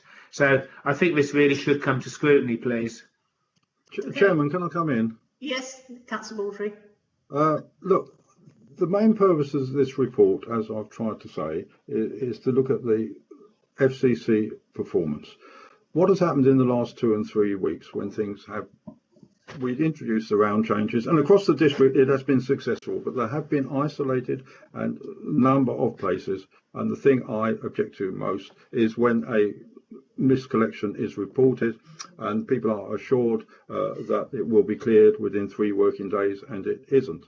But I would like very much, Leader, with your agreement, to separate getting approval from the recommendations which I have moved and you have seconded on the main body of the report. If the overview and scrutiny want to look at what's been happening during the round changes, I will be happy to appear before overview and scrutiny and talk about that. But I hope, Leader, I said at the beginning, I would like to treat that as a separate issue. There are points within the main report which are not perfect, but they don't relate to the day-to-day collection of dustbins, or whatever the professional technical term is. There are problems relating to waste bins and dog waste bins, and that is acknowledged in the report, and we will be taking that forward and dealing with it. But sorry, I'm repeating myself and I apologise.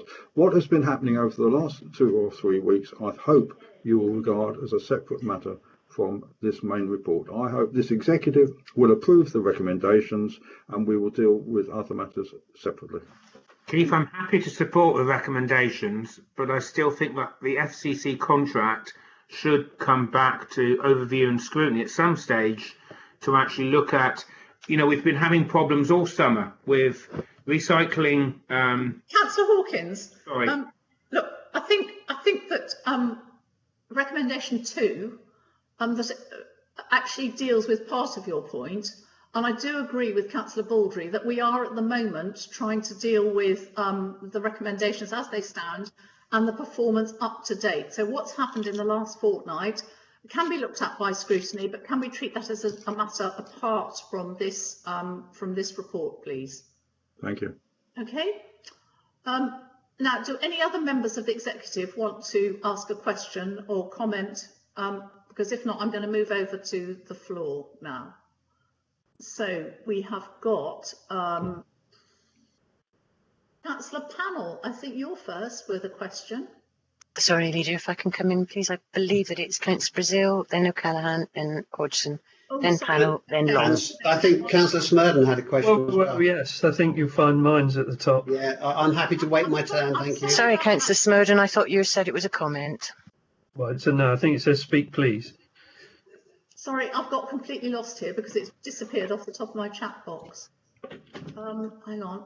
Councillor Smurden, come in anyway, and I'll try and get myself sorted out meanwhile. Okay, thank you, Leader. I hear fully what Councillor Baldry is saying, and I'm very glad to reinforce his view that over the bulk of this contract performance has been very good, and I pay tribute to him as executive member, how he's monitored it, and to our excellent staff who have who also help deal with this. But there is a big but. The problem is that as it stands at present, if you go out onto the street to deal with and you meet residents trying to say that residents who've not had their bins collected for 2 weeks and who've missed 2 or 3 collection phases, trying to tell them that but performance has been great over the last year, it just doesn't cut it, I'm afraid. What they're worried about is like now. And I don't know about other members, but there hasn't been a day since the 8th of October when I've not had a phone call or an email with regard to missed collections. Councillor Spurgeon, look, we've agreed that we are not discussing this morning. What we're discussing is the paper before us. I am sure that whatever's happened in the past fortnight will be examined in great detail at a future date, but that's not included in this paper, and so we're not discussing it now. Okay, can I raise a point with regard to the technology which is affecting our residents right at this particular moment? Well, if it's the white whatever it's called, and you don't have an internet connection, is that what you're talking about?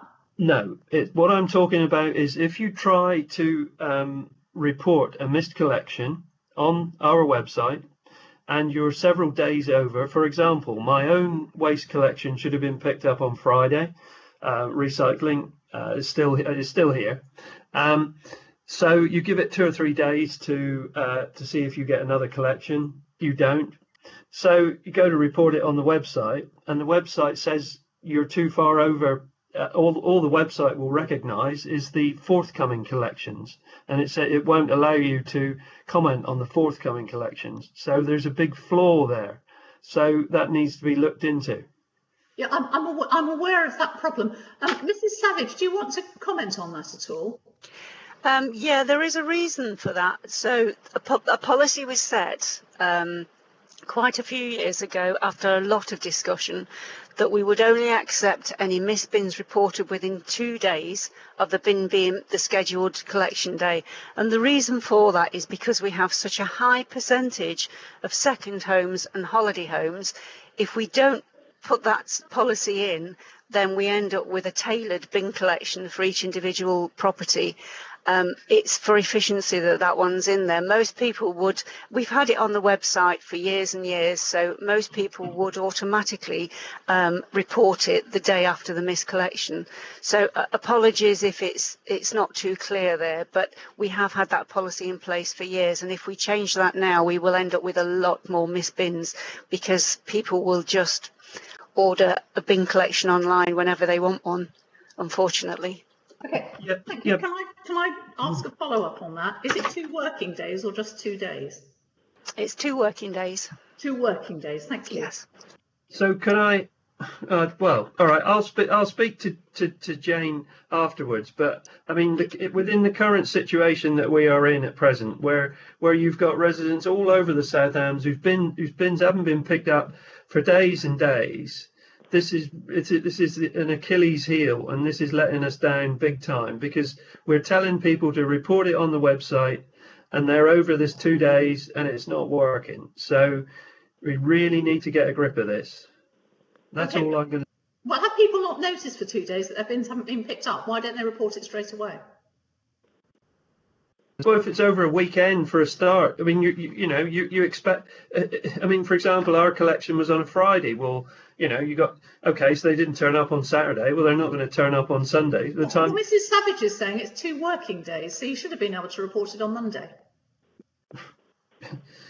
Okay, I'll speak to Mrs. I'll speak to the officers, but. Okay, fine, all right. Councillor O'Callaghan. I think Julian might have been before. Oh, I'm sorry. Yes, it's Councillor Brazil. Sorry. Yep. Okay. Yeah, thank you, Judy. Just a few quick questions. I didn't bring it up in the budget pressures, but once again, waste seems to be the largest budget pressures that we seem to be struggling from. It happened year after year with when we hadn't gone out to FCC. So I just wonder why we've got there's over 400,000, in the region of £400,000 of budget pressures. I think it's almost exclusively been caused by COVID, but I'm sure Councillor Baldry could come in on that. I think it's because we haven't been able to fully meet the timetable. But you're quite right, Leader. And in every meeting to discuss COVID costs, I have emphasised that we ought to be claiming most of this back from the government as a COVID cost. Thank you, Councillor Baldry. Mrs. Buckle, are we able to claim that as a COVID cost or not? Yes, and in our Delta returns, we do include all those costs and also any lost opportunities for savings as well. Thank you very much. That's good. Thank you. Is that your only question? No, not at all. All right. I mean, come on. All right. Yeah, no, okay, yeah. Well, I just think that some of those costs seem to be recurring in 21-22. Is that because we know what COVID's going to be doing then? So what are those costs? Sorry? What are those costs? Well, for example, Devon aligned services for waste. That's one of them. That's 175,000.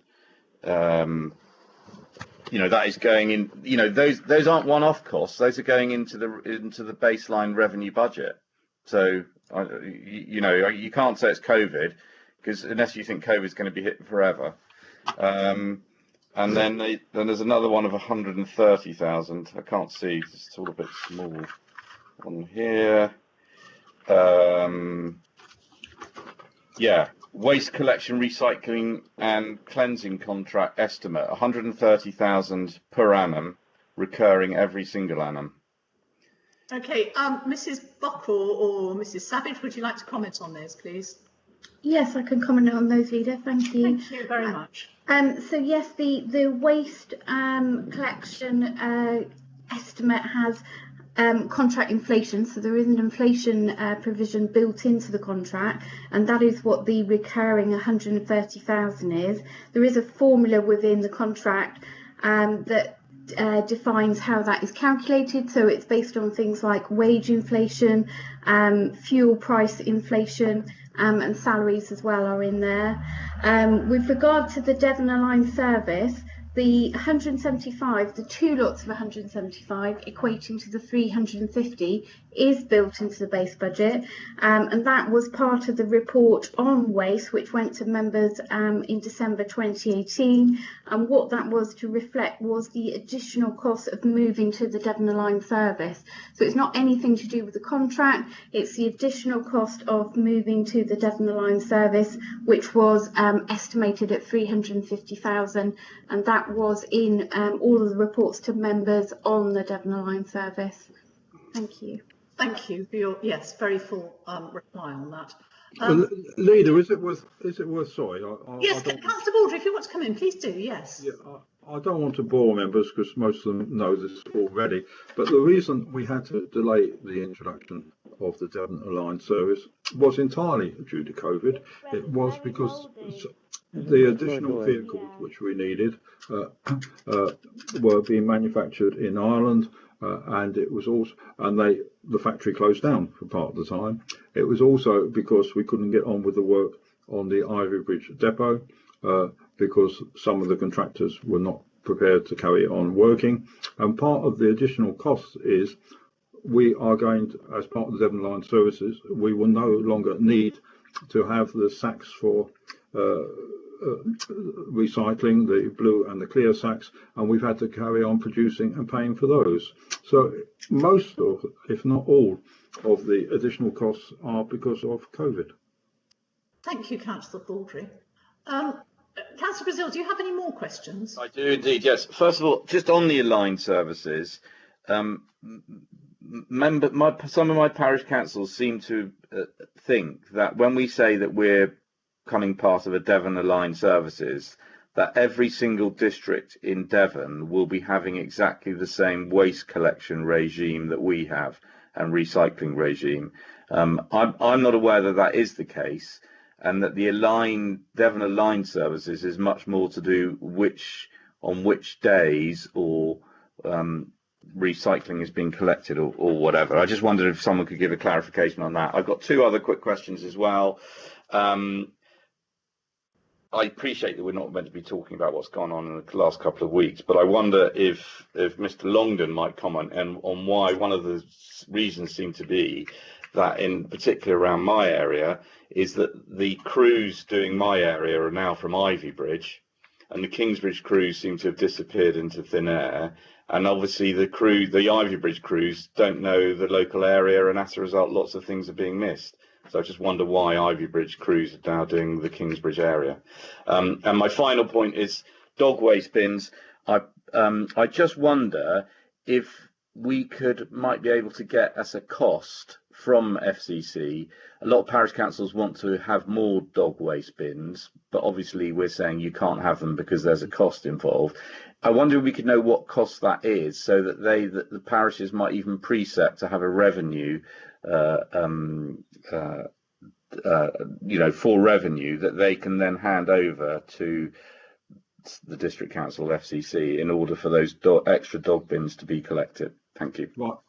Can I just do a preamble, which is if we're talking about parish councils, parish councils were asked if they wanted somebody from the waste side to come and talk to them, and I would encourage them to have that chat. On the question of waste bins, I'll leave other people to answer that. But the point about waste bins is that it is not the cost of the bin has to be there, but it is actually the labour costs of collecting additional bins. Over to someone else. Right, Mrs. Savage, do you want to come in? Yep, certainly. I'll answer the first question about the aligned service. So the aligned service is just a name that's given in the Devon Waste strategy, of which we're a partner. We've called it the aligned service. It harmonises the waste services across Devon. It doesn't mean we're all doing exactly the same regime, but it does mean we're all collecting in the main part, the same materials. So all authorities are collecting the same materials to the same frequencies, but they may have slightly different containerisation. So, for example, we know that South Hams have wheelie bins, West Devon don't use bins at all. So those are the differences there. It's worth saying as well that aligned service, most of the Southwest now are moving towards that same sort of service. So weekly recycling collection, fortnightly residual and garden waste. Part of the difference for South Hams is we still have a free garden waste collection, whereas the aligned service, strictly speaking, is a charged garden waste collection, but there is flexibility within that. The other question, which I hope that answers that one, but I'm happy to answer more on that one. The other question for me, I think, was the dog bins. So if any members want to contact Hayley Duffy, one of our officers, she's already working with local parishes and towns, and she has a list of costs for bins, etc., and the cost of emptying those bins as well. So she's already working with some of the local towns and parishes. So please contact Hayley or via me. Thank you. Thank you very much. Now, hang on, I've lost my place again. Well, Leader, Julian did ask about the crew coming from Ivybridge instead of Kingsbridge. Well, they'll all come from Ivybridge as from next week, won't they? Thank you. Is that the answer? Do you want me to jump in there? Yeah, So I know that, yeah, so what they've tried to do, I know that FCC have tried to keep cruise drivers where they were before while they're familiarising with the rounds. Unfortunately, the rounds are being split up. They have been changed around. So one crew that went on to one round may have half of that round still, but maybe in a different area, a new area for the rest of the week.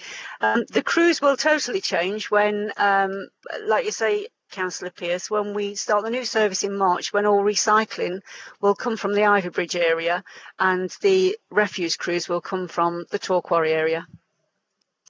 Thank you very much.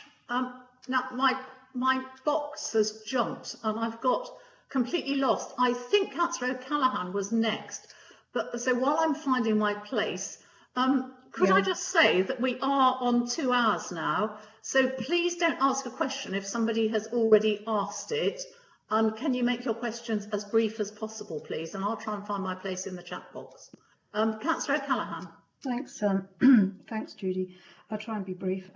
Just a comment first. I just like to express I feel quite sorry for the FCC crews who've obviously got a big job on at the moment trying to sort all this new system out. And I understand that they've had a pay rise of about 1%, which is, I think, less than half of what SHDC staff have got. So I feel very sorry for them. And that's the result of outsourcing. And that's, as Councillor Baldry noted, which I don't agree with. And I just like to say, you know, with everybody else talking about penalties and doing this and saving money, that, you know, they have been quite heavily penalised in terms of any pay rises. So that being said, I have had quite a few people in Kingsbridge talking about garden waste, which in the sense that a lot of people don't have brown bins for various reasons, including myself actually declare an interest in that. But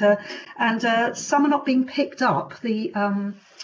The garden waste is not being picked up, and they've been told that we don't pick garden waste up anymore. But that obviously people are saying, well, other people have got brown bins, so why are they getting theirs picked up? And I checked, and apparently unofficially you can put your garden waste in the black sacks, but it's rather confusing. And I don't know what's going to happen in the new service as regards garden waste, but in the meantime we've still got several months ahead.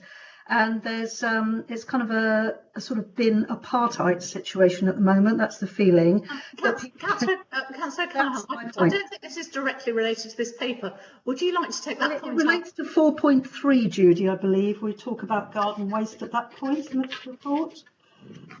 So it sort of relates to that as far as I can see. Talking about garden waste collections in that point of the report. 4.3, sorry, I'm just getting to it. Talking about recycling collections impacted, suffering disruption to garden waste collections and people having it withdrawn. But at the moment, I've had a lot of comments about garden waste problems for people with no brown bins.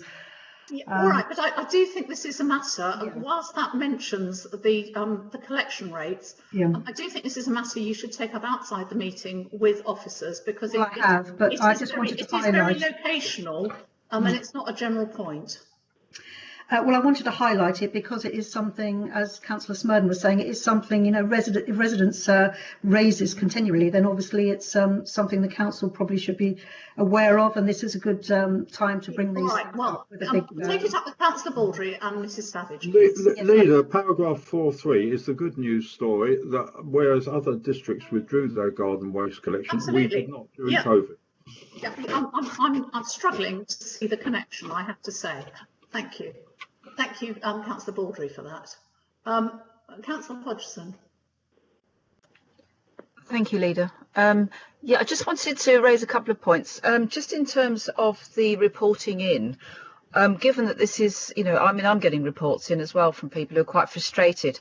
And I would have just thought maybe on our website, yes, okay, reporter misspin within X number of, hours or days, very quick. But I mean, there are people perhaps, who are getting frustrated because they've managed to miss that a couple of times and there's no way that they know they can report it in. I think there could be an extra piece on there that, reporter bin, 5 days after it should have been collected or something like that. So there's somewhere for people to report in directly, because otherwise, the officers are receiving all sort of piecemeal inquiries from us as councillors.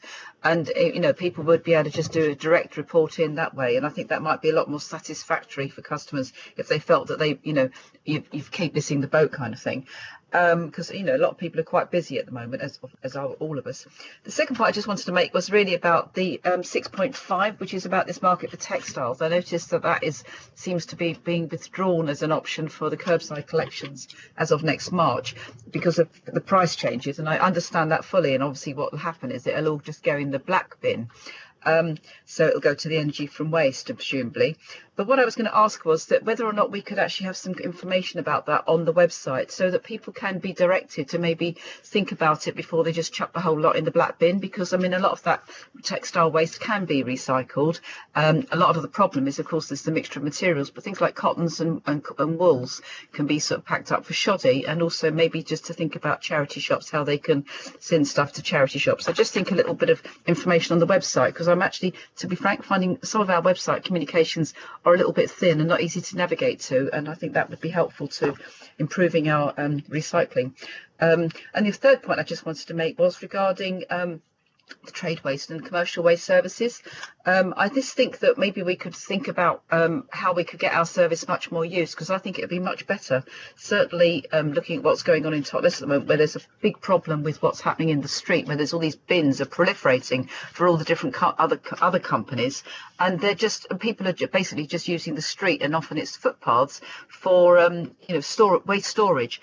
And if we, if we had more of a service and more of a presence there, where maybe we could be doing sort of 2 or 3 times a week, we could actually reduce all the vehicles coming up and down the high street, and also possibly be, within the shop's capacity to hold their own waste just for a couple of days, and then have it more regularly collected. It's causing quite a problem. All these very, 4 or 5 different companies with huge skips in the street, and of course with social distancing being, needed, possibly into quite, sort of in some months hence. I think it's quite an issue. And I think that's something we could take in mind, and maybe in the first instance start doing some enforcement about those other companies. Thank you. Okay, I think it is proposed in this paper that such a review should take place. I think it'll be capacity with everything else going on that will stop it happening immediately, but I know it is going to happen. Councillor Baldry, would you like to confirm that? Yes, can I deal with the first bit first, which yes, is yes.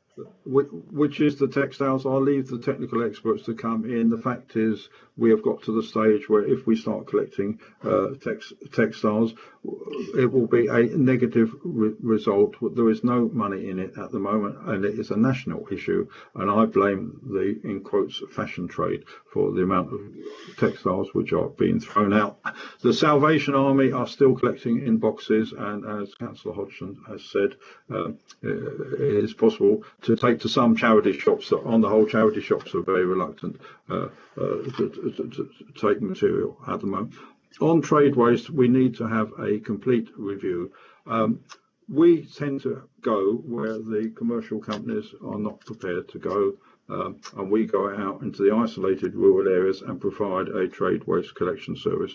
Councillor Hodgson has mentioned before the question of these unsightly proliferation of bins in Totnes. I'm not sure legally we can enforce their removal, but enforcement is a matter outside my control. I hope when we've done the review of trade waste, we will either withdraw from the service altogether, except and signpost people to commercial companies, which is a possibility if we find we are losing a lot of money. But otherwise, we will become much more a commercial operation for trade waste. Thank you, Councillor. But on textiles, someone else might come in and tell you. It is, if we let people know that they're going to be incineration, that's why we don't want to collect separately and then be forced to take them to Devonport Waste from Energy. Okay, thank you very much. Right, so we've got, hang on, oh, I've lost my place again. It's me next, I think. I think I was just about to say, Councillor Panel, come in, yes, please. I'll try to be as brief as I can. Just picking up on Councillor Baldry's introduction about how it was going relatively smoothly. I do understand that FCC themselves have said that there were, I believe, to be significant miscollections just on one day last week on Friday in Iverbridge, Modbury, Dartington, Ugborough, Southbury and Kingsbridge and Loddiswell. Now, I don't want to go into that, but I would like to ask advisors, when we get the brickbats from our communities, who would you recommend us to contact over specific areas that have been missed? Where would our best source of support be, please?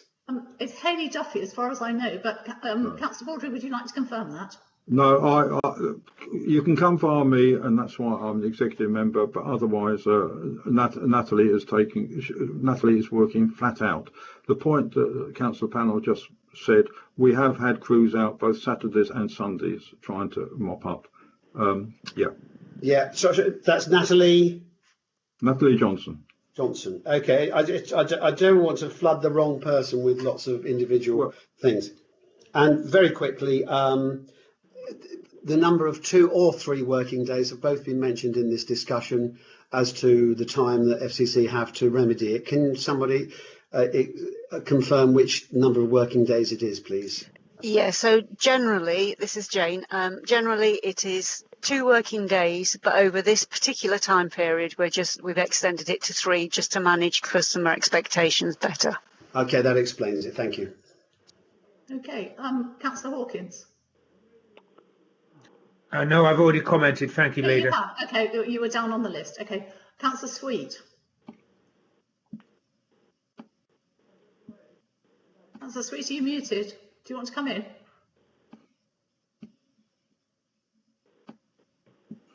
Okay, I'll move on to Councillor Hodgson then. I'm done, thank you. You're done. Okay, Councillor Birch. Yes, I'm just responding to Councillor Hawkins' proposal that it a matter of be referred to ONS. I have put in the chat room that in fact there is a waste contract monitoring report coming before ONS on the 19th of November at its next meeting, so that is in hand. So, Chairman, can Mr. Molyneux comment on that, because I thought that had been pulled out?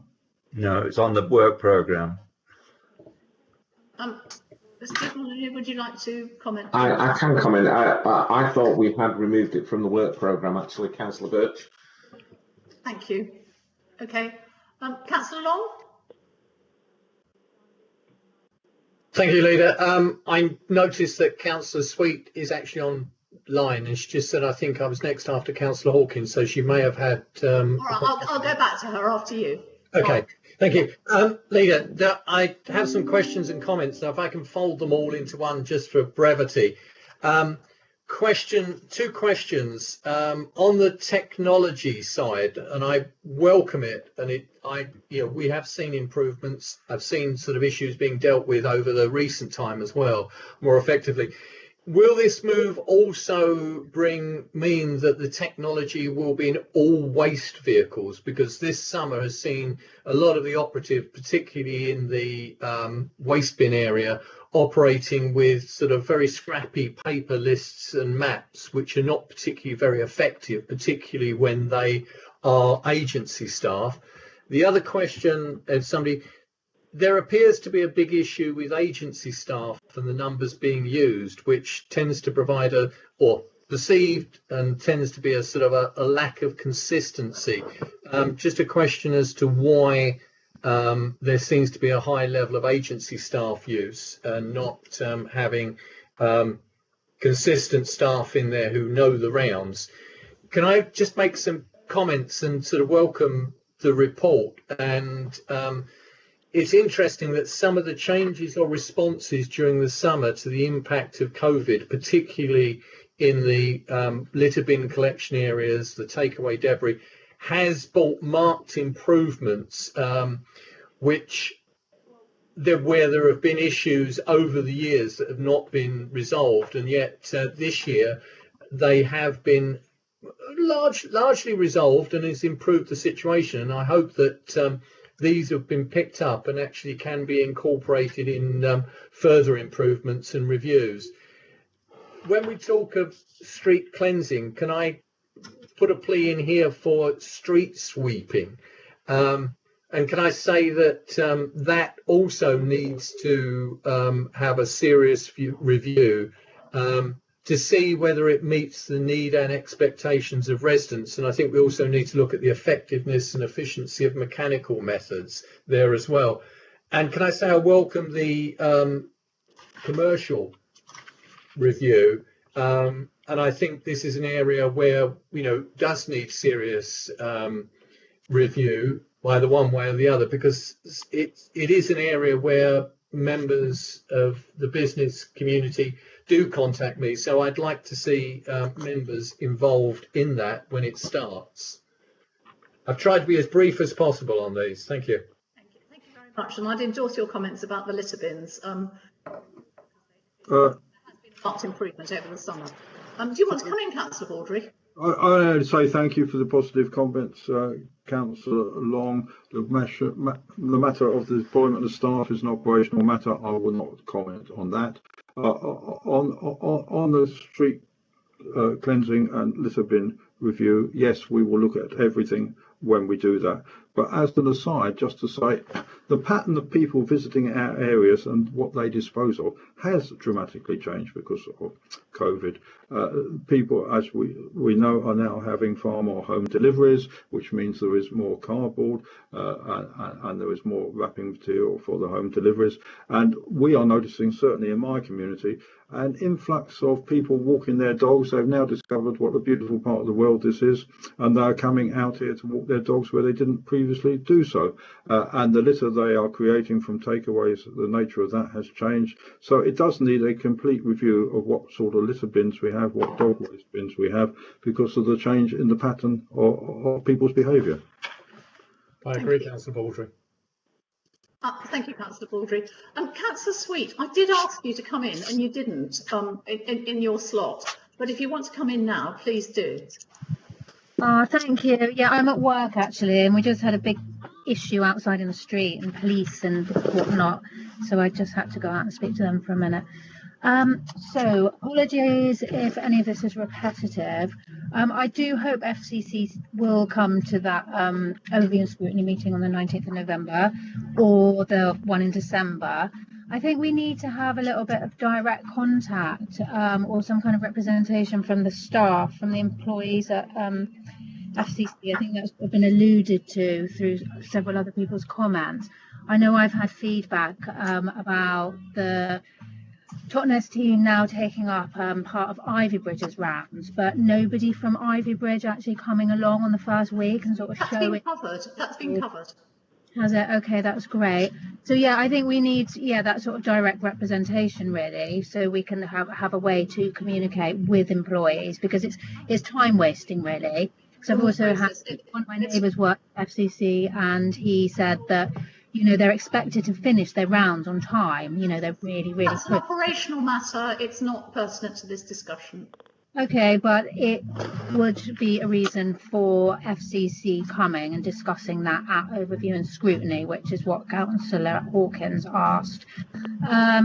And also to see what we've learned from this change, this temporary change with the round dates, and how that will feed into the more permanent change in March, because that's going to happen again. People are going to be shifted around again on their round collection. So, we do need something being covered. Work.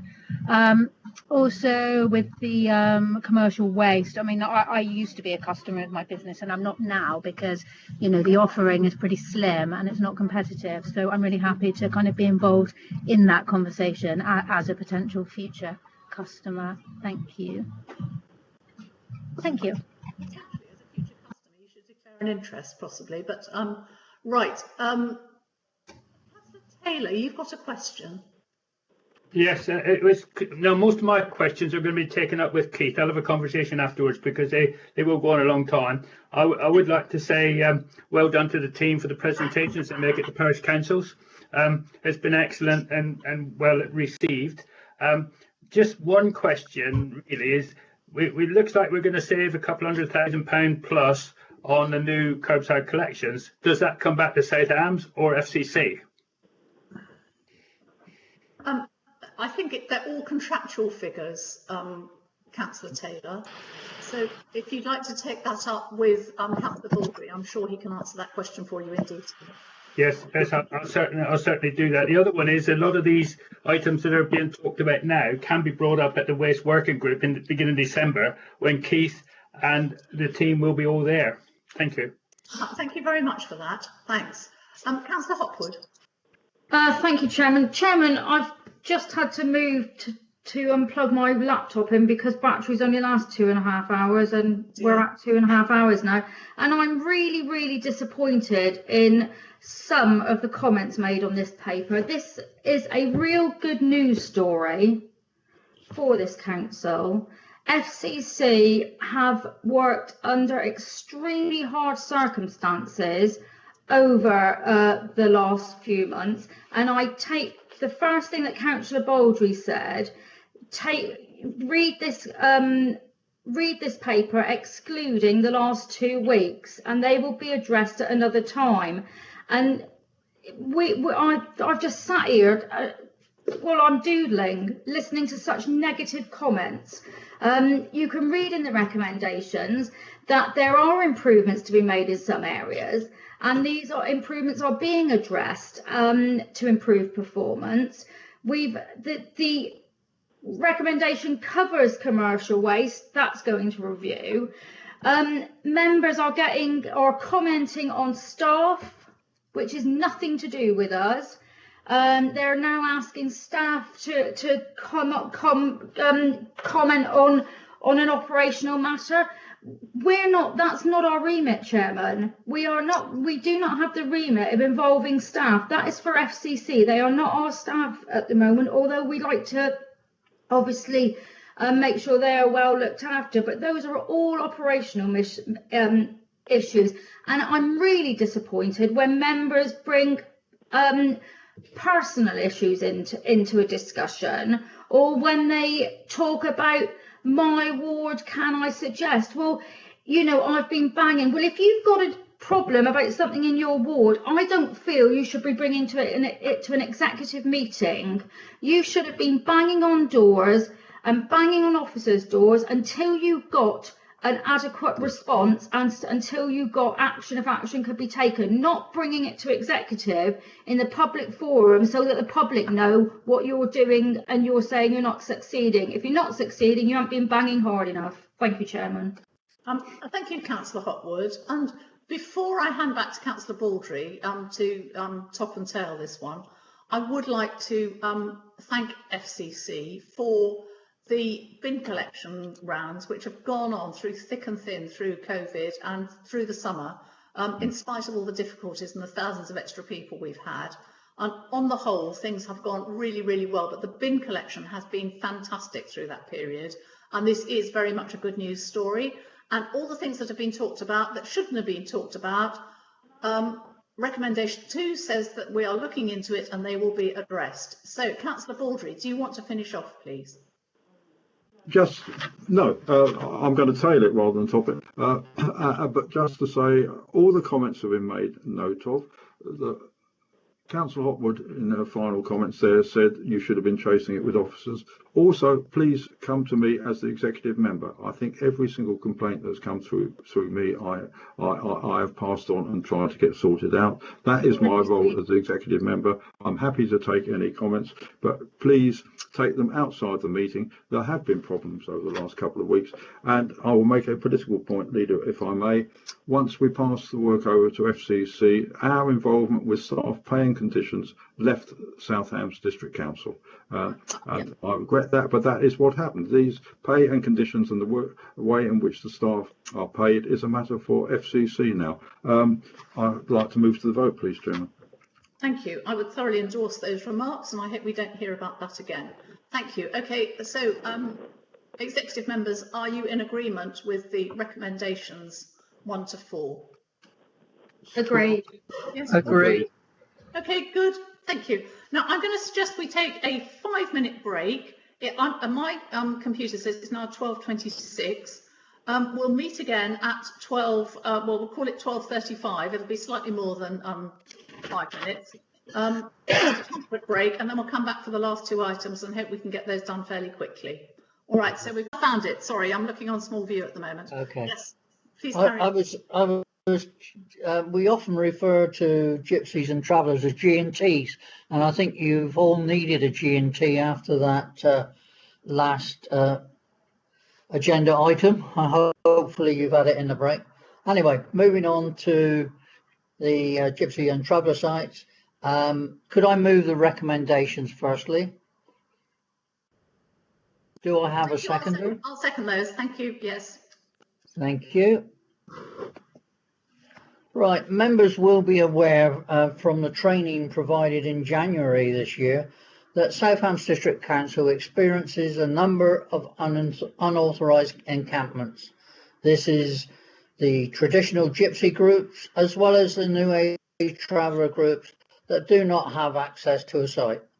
Following on from this, the council hosted a forum for the gypsy and traveller community, which was very well attended. It is proposed that we continue holding those forums to engage with the community in the future. This council has a process for dealing with unauthorised encampments and the potential complaints from a wider community resulting from this. These processes need to be reviewed and communicated to staff, members and the public as to what we can do legally and what process we will follow. There are impacts related to unauthorised encampments in the terms of the residents of the encampment and the impact it has on the wider community. This also causes issues for the local authority in terms of the services it can provide and the potential clear-up costs following a site being vacated. This council does not have an authorised stopping site for this group when they are not travelling. It is well documented that the gypsy traveller community struggle to access basic medical care and basic education.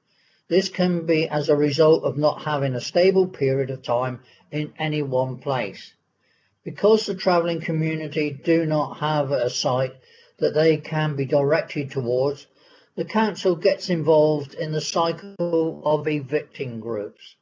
As the area of land they have chosen is usually not appropriate, the group will then move on to another piece of land which is also deemed inappropriate. On some occasions this is not on local authority owned land or highway, and enforcement action needs to be taken by the planning authority. Enforcement action can be costly and time consuming, and these processes do not provide certainty in terms of time and action for anyone involved. Having a temporary site that is well managed will enable this council to direct the travellers from an unauthorised site. This would also mean that appropriate facilities such as portaloos and bin collections could be provided and recharged to the occupants. This council has minimal assets in terms of land which could be used for gypsy and traveller site, and therefore there will be a requirement to work with our colleagues at Devon County Council and also our registered provider partners to identify a solution through land opportunities and housing management experience. Thank you, Chairman.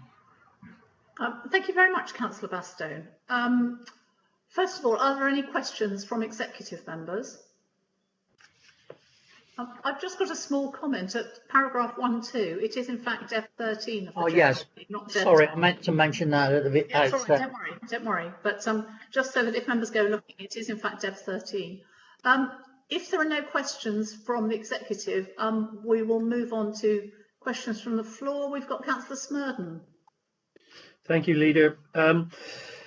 Yeah, I would endorse this work, particularly the work done by Alex Rehag, who has put in a lot of work prior to COVID, but I think Alex has been, like a lot of other officers, has been tasked with other things. We need to, I think we do need to support this. I have a couple of suggestions. The first is with regard to the A38 corridor, which forms a reasonable part of councillor panels in my ward.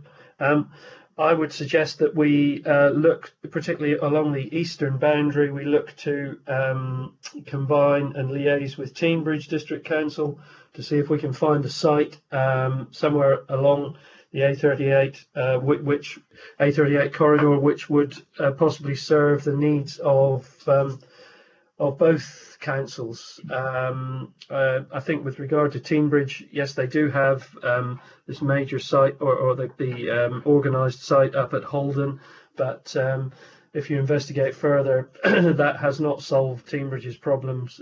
They've still had recurring problems with travellers particularly over this summer. So I think we should look towards that, and also with regard to the sites for the people who we see in caravans, around on our verges and hedges.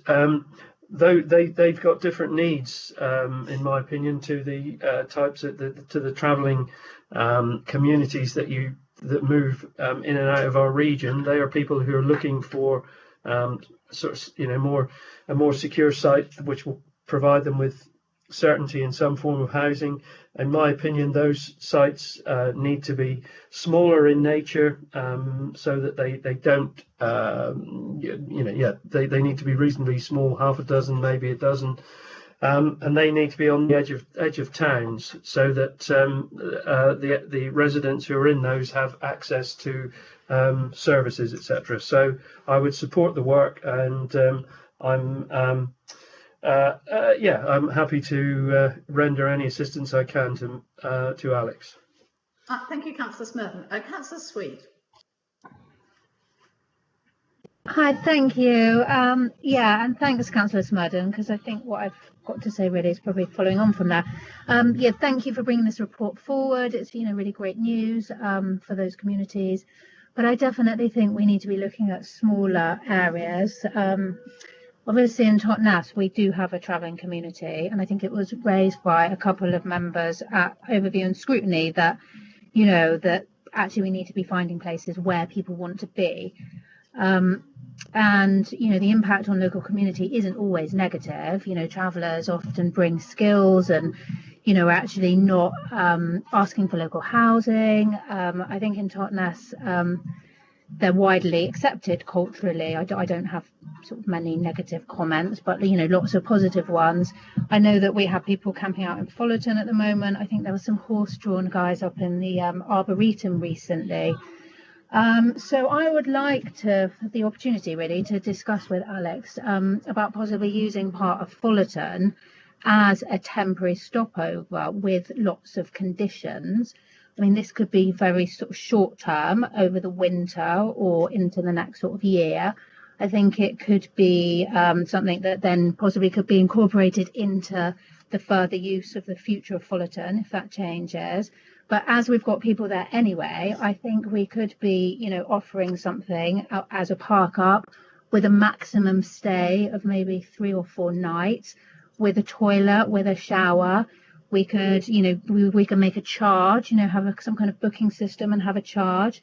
There could be a curfew. I think, there's still, I'm sure, localities officers and various ground maintenance people in and out of Fullerton. So, it's not off out of the way somewhere where nobody's kind of noticing what's going on. We had the compound down at Longmarsh through the lockdown, which was an emergency measure. But I think although that was local lads really that needed somebody somewhere to stay at that point, I think there were some problems with that, but there was also some positives. You know, I think we've all got all sorts of travelling people that come through that are maybe visiting family, maybe people that are popping, you know, visiting children that they don't live with.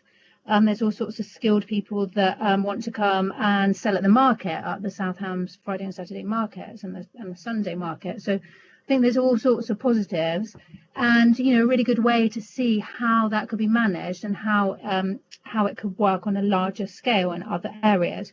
And you know, just to quote Isabel Blake, she, you know, I've heard her say a few times, but you know, we really need to be looking at existing stock, you know, and ways of using our own South Ham sort of land and properties. I know that, you know, we had those properties that were sold. Councillor Sweet, can I ask you to wrap up, please, because you've had quite a long time now. Thank you. Yeah, I just wanted to, you know, give you know, quite a few benefits to this. So, you know, I'm just hoping that the executive will be supportive in exploring this with officers prior to full council in December. Okay, thank you. Thank you for that, Councillor Holway. I think you've missed me, Councillor Pearce. I was about to. Sorry. I'm so sorry, Councillor Hodgson. I beg your pardon. Okay, thank you. I'll be brief anyway. Yeah, I mean, I really welcome this. The only thing I would say is that, you know, when we look at the figures of what the identified need is, I think that's the first thing. If we're going to be working with Devon County Council, we need to understand a consolidated figure, which is has been in the past so wide, where South Hams has often said, oh, we've only got need for 3 pitches, and Devon has sometimes said we have up to need for 90. I think it's about 84 at the moment is their quote. So I think that's what we need to identify, so we understand what we're really looking for. And I think that would actually, I like an answer to that question if possible, just so we can understand where we're sitting with that. There is, you know, at the there has been identified at different stages, but not least of which was the get together that the officers organised collectively between Devon and South Hams, which was held in February with some of the people from the travelling community, which really was very clear that we need both transit and permanent sites. And so, I mean, I think we need to recognise that we're going to need more than one. And I would suggest that we talk about, you know, a diversity of sites. And even as has been said, I thought it was very interesting to hear from what Councillor Smurden said, and also Councillor Sweet, about looking at, you know, the various options we have for sites. And I think it would be a lot easier to have a number of discrete sites rather than try and see if we can get the big one somewhere, because I don't think it's going to be successful. And I think even, you know, some of the travellers themselves, that's not what they would seek. And so I think it's best to go with the flow as best we can. And I would just say, in terms of the other thing that we did agree to do was, as far as I understood it, was we were going to be setting up this Gypsy and Traveller Forum. And I think that would be a really good opportunity for any of us members who are really interested in this to engage. I mean, I'm particularly interested. I've got in my South Hams ward, I've got a number of caravans, you know, in Staverton and from time to time in Dartington, and even in my county ward, including Harberton, for example. There are a lot out there. So I do think it's a big issue. And I would just say that the Gypsy and Traveller Forum, I think, would help to bring this dialogue forward. And certainly I think there's been a willingness from the officers to have that. Okay, that's all I wanted to say. Thank you. Councillor Hodgson, I think that one of the problems with the forum has been COVID and not being able to get people together. So I think that's what stopped that, rather than the will to have it, because the will is very much there. Right. Yeah, it'd just be nice to keep it on the agenda anyway. I understand what you're saying. It is on the agenda, but it's just not possible to hold one at the moment. And it's not the sort of thing you can do remotely either. Right. Okay, now, where have I got to on the comments? Councillor Holway. Me, yeah, thanks, Leader. Yeah, back before lockdown, I did spot from the bus what looked to be a very, very tidy traveller site at Sherford. Now, it's probably for construction workers, but if it is, maybe when the construction is finished, it could be used as a traveller site. So I just wonder if anyone can throw any light on it. Thank you. I think it's unlikely, because they'll be on land that will be developed, but I don't know whether... have we got Alex Rehag with us? Yes, Leader, could I... Leader. Yes, Councillor Bastow. Thank you. Firstly, in answer to Councillor Hodgson's comments about the numbers involved, we do get about 3 or 4 encampments a year, but I'm going to defer to Alex in a moment. But as to whether she does have the exact numbers or not, and also if I can defer Tom's question to Alex. Alex Rehag is with us today. Yeah, thank you. Alex. Thank you, Councillor Bastone. So if I just start addressing Councillor Hodgson's queries about the numbers and the disparity between what Devon County say and what our joint local plan says, we are aware there's quite a difference, and some of that is been taken up by the Gypsy and Traveller Peninsula Forum that I attend. So we are looking to do some more localised needs assessments, I think is probably the right word to say. So we're going to be looking at doing those. Obviously, with the forum and COVID hitting us, we haven't been able to progress those. And we are really keen that we do those face-to-face rather than remotely, because not everybody does have access to technology, etc. So we will be picking those up. And I have been in contact with a lot of those people throughout lockdown when they've been asking for help or proposing odd sites to me, etc. You know, so we are taking those conversations forward. In terms of Councillor Holway's comment about the site that he may have seen at Sherford, there is actually a granted site there for, I think it was 3 pitches that Southampton Council granted consent for planning probably about 2 or 3 years ago. So I think that is actually been used by members of that community already. But we are keen to hear of any pieces of land, because like I say, we are in the early stages of looking into all of these sorts of things. It'd just be useful if anybody does know any sites to please bring those forward to me. We did look at all the rejected SHAR sites through the joint local plan process, and unfortunately none of those were forthcoming. So we have done some background work, but we really do need to start looking at this in much more detail now. Does that answer everything? I think it's covered everything. Yes, thank you very much. Members of the executive, do you have any further comments you wish to make on this paper? Nikki has. She's in the box. Well, I think she's commenting on the things above in the box, aren't you, Councillor Hopwood? No, I'm asking you a question. Oh, you're asking whether we're in comments or questions now? Yes. If you want to come in, please do, yes. Well, I don't know whether it's a comment or a question or it's a bit of both, so I'll just say it as it is, if I may, Chairman. My first is definitely, first of all, I think we are lucky to have Alex Rehag as the officer dealing with this, because she does know these communities extremely well and has a lot of experience, so which is good news. Can I just ask you, my first question is, in 2.3, could you tell me, please, you say, just bear with me, the traditional Gypsy group needs to be the priority due to the impact on the wider community and the associated problems and cost implications we have experienced at Langwage. Leaving the cost aside, could you please tell me what the traditional Gypsy group is and what would the impact on the wider community? Are you okay for me to answer that one, Chair? Yes, please do. Yeah. Okay, so I mean, the definition of the Gypsy and Traveller community is very broad stretching.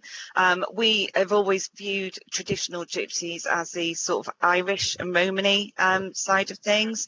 None of these groups could really live together. We know that. Some of the impacts on the wider community has been people. I'll use Langage as an example. It's when the Gypsy and Traveller community have arrived there.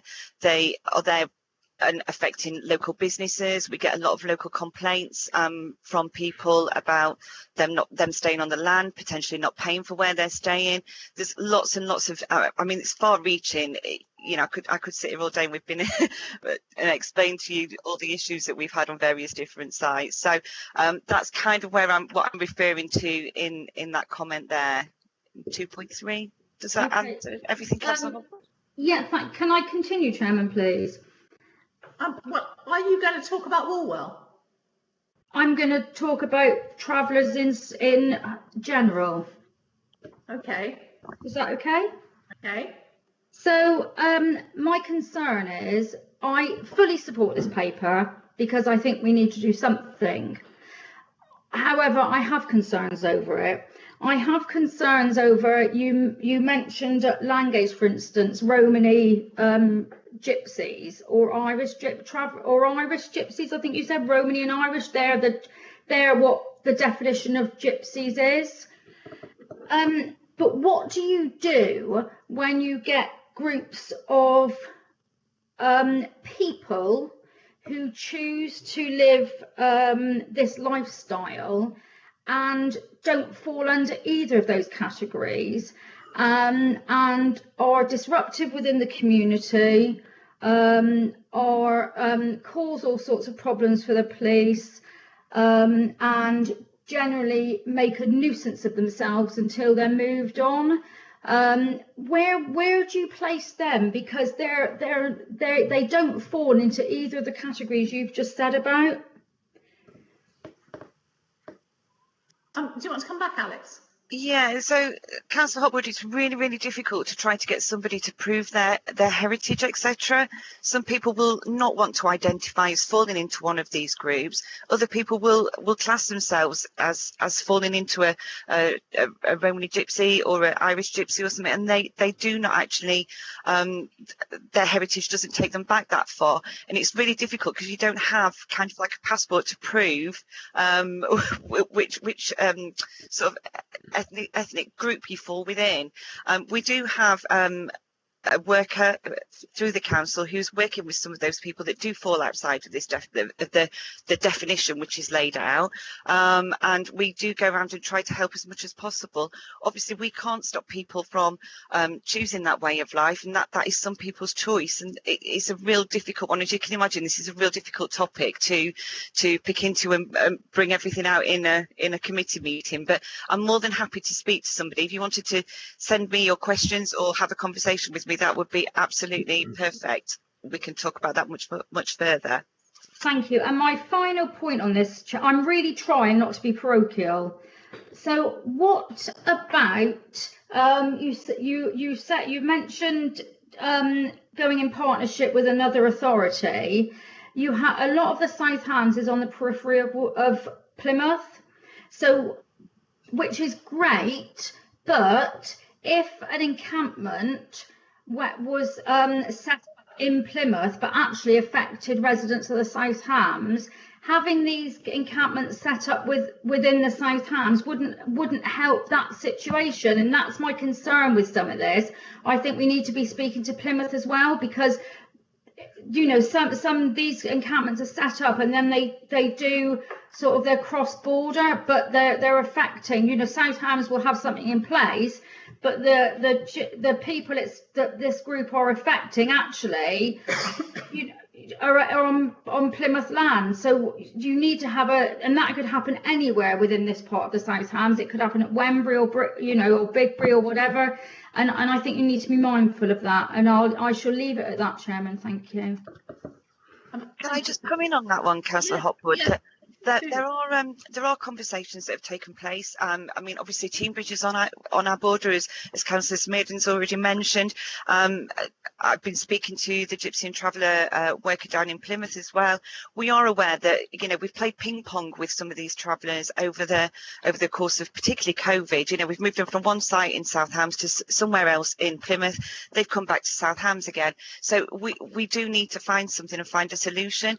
We don't have a need permanently really for a traveller site. We know that people come to Langage, they stay for 2 months until they're moved on. So those encampments happen 3 or 4 times a year, but when they're not being used in South Hams, could Plymouth have access to those and vice versa? So that needs to be a much bigger conversation that we are in the process of unpicking, really. Does that answer your questions, just to make you understand that we are having those discussions with those neighbouring authorities, and we need to find a solution for ourselves, really? Yeah, thank you. Okay, thank you very much. Councillor Hawkins, you've got a comment. Well, recently we went and visited a traveller site in the South Hams. I won't say it's parochial to my county ward, but in the South Hams. Visited it, and it's been a long-running site. I think it's been probably used for the last 10, 15 years, maybe even longer. They seem to be perfectly happy where they were. And I would hope that we will do all we possibly can to make some of these sites perhaps legal, so that they can actually be where they want to be and not where we want them to be. Because that's really important. They need to be where they feel comfortable. And if they're not causing problems with residents nearby, and this one was probably a mile down a green lane, nobody could see them. I couldn't see an issue at all. And I'm hoping that we will, with Devon County, will not be heavy-handed. And in the final 2 years of this council, we'll actually have achieved something by, instead of keep talking about this issue, actually help the travellers in our South Hams. Councillor Hawkins, I think that is a suggestion that's already been made, so I hope it will be followed up. Councillor Baldry. Yeah, thank you, Leader. Things going on in the chat box that people are not going to agree with what I'm going to say. I congratulate Councillor Hopwood on choosing her words very carefully and with great tact. I probably won't do the same. We have been told by the officer that people have a right to choose this way of life, and of course they do. But my worry is that the residents of the South Hams, where sites turn up and they do move in and out of Plymouth and across the border, the residents feel threatened by this. And I think we as the South Hams have got a duty to actually protect our residents. Residents feel that it is not a happy situation. There are suggestions that crime rates increase when these travellers turn up in these sites. And so, yes, let's be nice and cuddly and work with them. But at the same time, recognise that we have a duty to protect people who feel threatened. Thank you.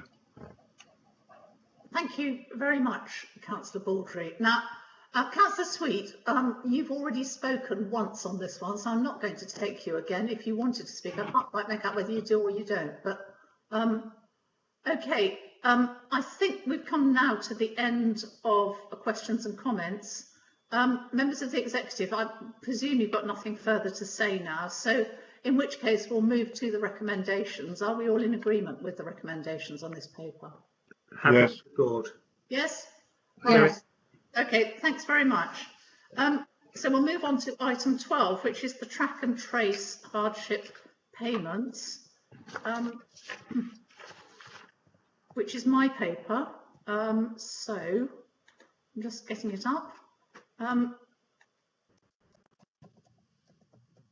There is one recommendation here that we need to note the urgency action taken by the head of paid service in consultation with the chairman and vice chairman of the executive to approve the discretionary element of the track and trace support payment. Do I have a seconder? Second. Thank you. I've moved that first for obvious reasons, because it was an incident, well, an occasion where the chief executive had to use his urgency action powers as head of paid service to bring this scheme into being before we could hold an executive meeting. This is a new government support scheme whereby track and trace payments, hardship payments of £500 for the 14 days isolation period have been introduced by central government to help people on low incomes who will be financially impacted when they are required to self-isolate. These payments have to be administered by local authorities, and the council has to put a scheme in place, has had to put a scheme in place very quickly, as it had to be ready to process payments by the 12th of October 2020.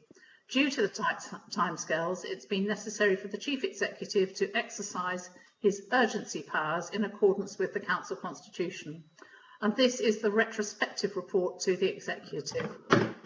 Council has been allocated government funding of £17,272, which is the equivalent of 34 claims of £500. Section 2.5 and 2.6 of Appendix 1 sets out the criteria that an individual would need to meet to qualify for the £500 payment. This discretionary payment is for individuals who are not currently receiving universal credit, working tax credit, income-related employment and support allowance, income-based job seekers allowance, income support, housing benefit or pension credit, and who are on low incomes and will face financial hardship as a result of not being able to work while they are self-isolating. I think we all recognise that COVID is hitting people on low pay or no pay for various reasons harder than anybody else. And I think the government is doing what it can within the constraints of the financial situation at the moment to alleviate any hardship. Whether it's enough or not is a matter of sort of of everybody's judgment. But we have to administer this scheme, and this is what this report is about. I'll go first of all to the executive. Do you have any questions or comments on this executive?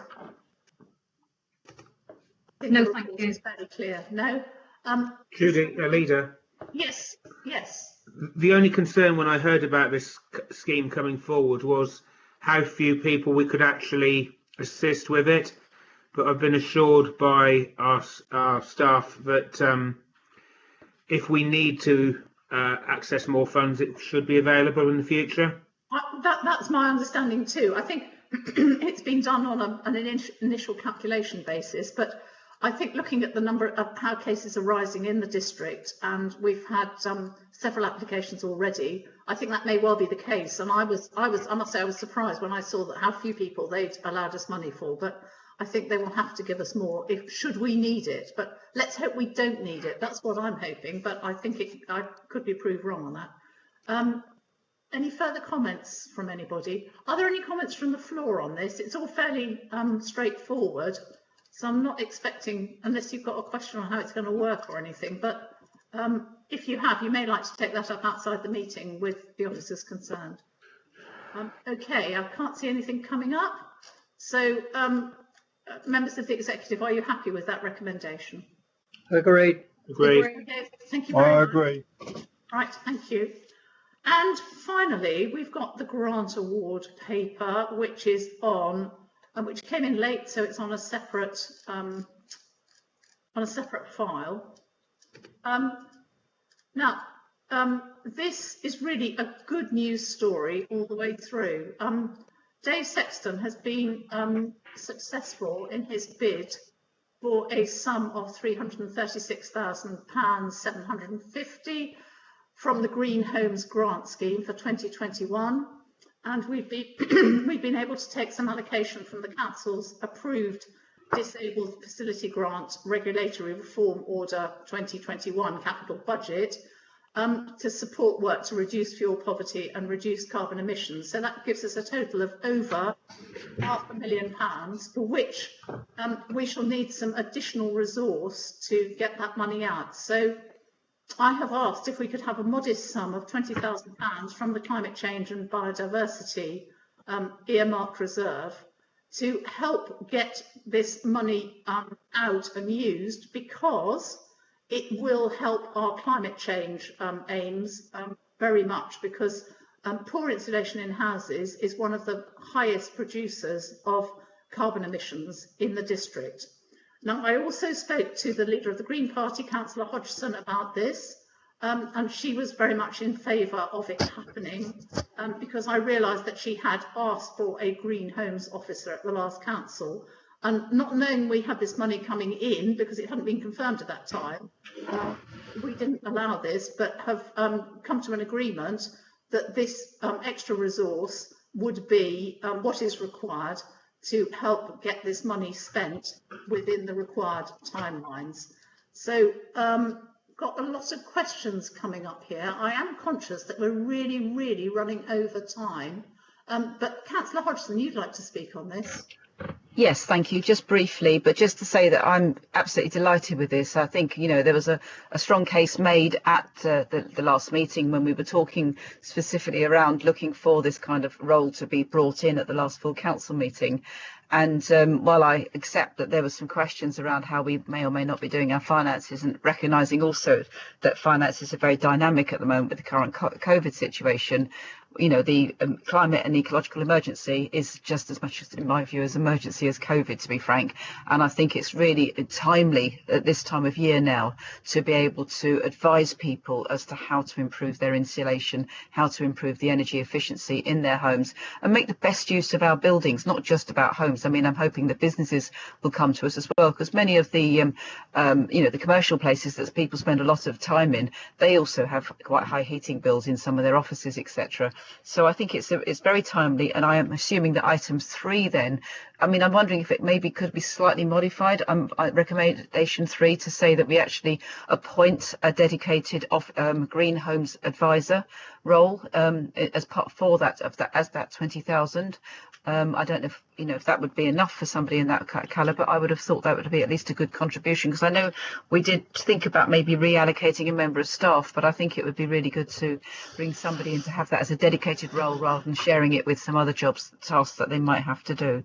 But I think this is really important, and I think also we need to make a clear dedication to actually spending that money as best we can as well, and push it out there, and make sure we really invest it sooner rather than later. Thank you very much. I really welcome this. Thank you for your support. Sorry, I've got slightly out of sync here because I didn't move the recommendations, and I know that Councillor Hawkins wanted to second them and speak. So I'm moving the recommendations now. Councillor Hawkins, would you like to second it and come in and speak now? Thank you, Leader. Yeah, I have great pleasure in supporting this and seconding it. I'd like to thank Drew Powell for all the hard work he does. We are very lucky to have Dave Sexton and his team working on these initiatives.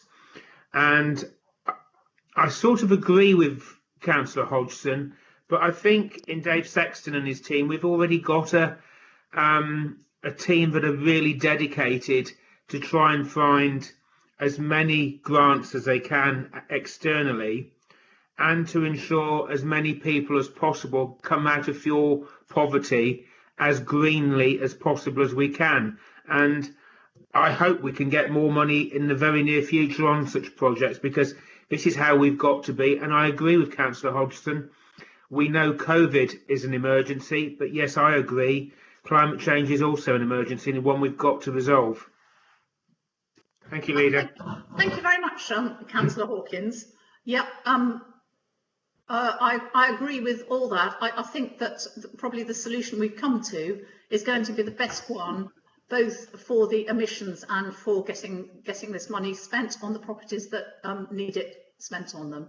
So yes, I think we're all in agreement on that. Right, Councillor Taylor. Yeah, thank you, Leader. Probably you want me to ask the officers of this, because this is more technical questions than it is on the report. So maybe I ought to ask. I just wanted to know if what is the upper limit on the income of the applicants, and whether the external installation is going to affect listed buildings. But maybe you want me to ask that of the officers.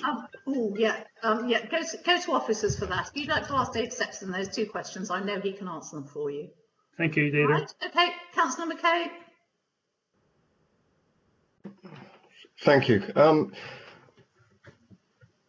This is obviously good news, and I don't want this to be taken as a criticism. I just want to get a better handle on what exactly is how this money is going to get spent and the benefit it's going to bring.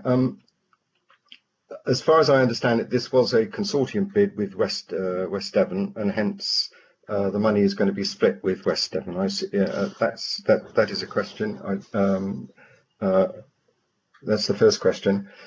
The other thing, I mean, I've done some very back of the fag packet type calculations, and based on the sort of 10.8% fuel poverty in South Hams across the 2 districts, there was about 60,000 households, as far as I know. So we're talking about 6,000 odd houses or households that are in fuel poverty. So I'm a bit concerned that later on in the paper, it suggests that this grant is going to be used to help just 21 homes. Now, I don't really understand that, especially as the Energy Saving Trust suggests that cavity wall installation will cost between, depending on what sort of a home it is, between 330 and 725 pounds. One would hope that we would be able to help an awful lot more homes than just 21. Heat pumps, well, they are expensive, and I'm not entirely convinced that. There's a lot of people that would suggest that heat pumps installed retrospectively are quite problematic. So I just would like some answers to those questions around how the money is going to get spent. Yep. And the benefits it's going to bring. This afternoon, you've got Dave Sexton coming to the Climate Change Working Group. So can I suggest you keep your questions until then? Okay, and then finally, just with regards to the recommendation number 3, the 20 taken out of the earmarked reserves for climate change. You might well expect that I'm a bit concerned about that. The climate change fund was for the South Hams, and this appears to be for both authorities. So I think there's some questions to be asked about that. Well, I think I can answer that straight away for you if you like. There is also the £200,000 from the Disabled Facilities Grant or Better Lives, whatever it's called, fund, which we need to get moving, and are part of the Green Homes Grant Scheme, has to be spent by March 21, and that's why there's a certain urgency. But again, Dave Sexton can answer all those questions when he comes to the Climate Change Working Group this afternoon. Okay, thank you. I don't think you need to have any concerns. I think we're well aware that some of that grant has to be spent in West Devon, but identifying the extra sum means that we do actually need some help to get this out of the door, and because it's going to help the climate change figures, that seemed the best place to take the money from. Councillor Birch. Thank you. Can I say I really welcome this, the recommendation and this initiative. Dave Sexton and his team must be congratulated on all that they're doing, bearing in mind, and this is what we must keep in the front of our minds on this, that carbon emissions from the existing housing in the region contribute 24% of all CO2 emissions across the district. So, bearing that in mind, this quite clearly is a way that we can bring down carbon emissions. My only criticism, and it's not a is that the £20,000 is insufficient. I think it should be at least £40,000, because the more we put into this, the more that we will achieve in reducing carbon emissions. And I support Councillor Hodgson's suggestion about a appointment of a Green Homes advisor to assist Dave Sexton and his team. It doesn't have to be an employee, it can be a consultant, and bearing in mind that there have been approaches made by experts stroke consultants within the district who are willing to work with the council to make this effective, and that's therefore my only criticism is that 20,000 is insufficient. Would rather see 40, but 20,000 is better than nothing. Thank you. Right, thank you. Again, I think we can possibly take that one up this afternoon. Councillor Hawkins, do you want to come back, or if you, I think you've already spoken, but if you want to come back, please do. The only thing is that we have got to spend this money, as you said, before the end of March. Yeah. So it's really imperative that we get on and spend it as fast as we possibly can, because hopefully the government will give us some more money in the future. Thank you. Drew Powell, would you like to come in? Thank you, Leader. Just one comment to clarify that the 336,750 is all for the South Hams. West Devon have a separate allocation. Just to clarify the question from Councillor McKay. Oh, that's very helpful. Thank you very much. Good. Well, if there are no further questions, we've moved the recommendations. The rest of the executive, are you in agreement with the recommendations? I think this is a thoroughly good news story. Agreed. Agreed. Yes. Okay. Good. Yeah. All right. That brings us to the end of the agenda at 13:19. This has been a bit of a marathon meeting.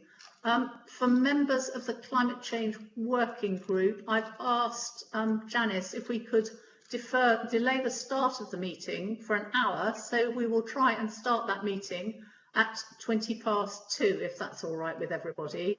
And meanwhile, we'll get a message round to anybody who isn't here.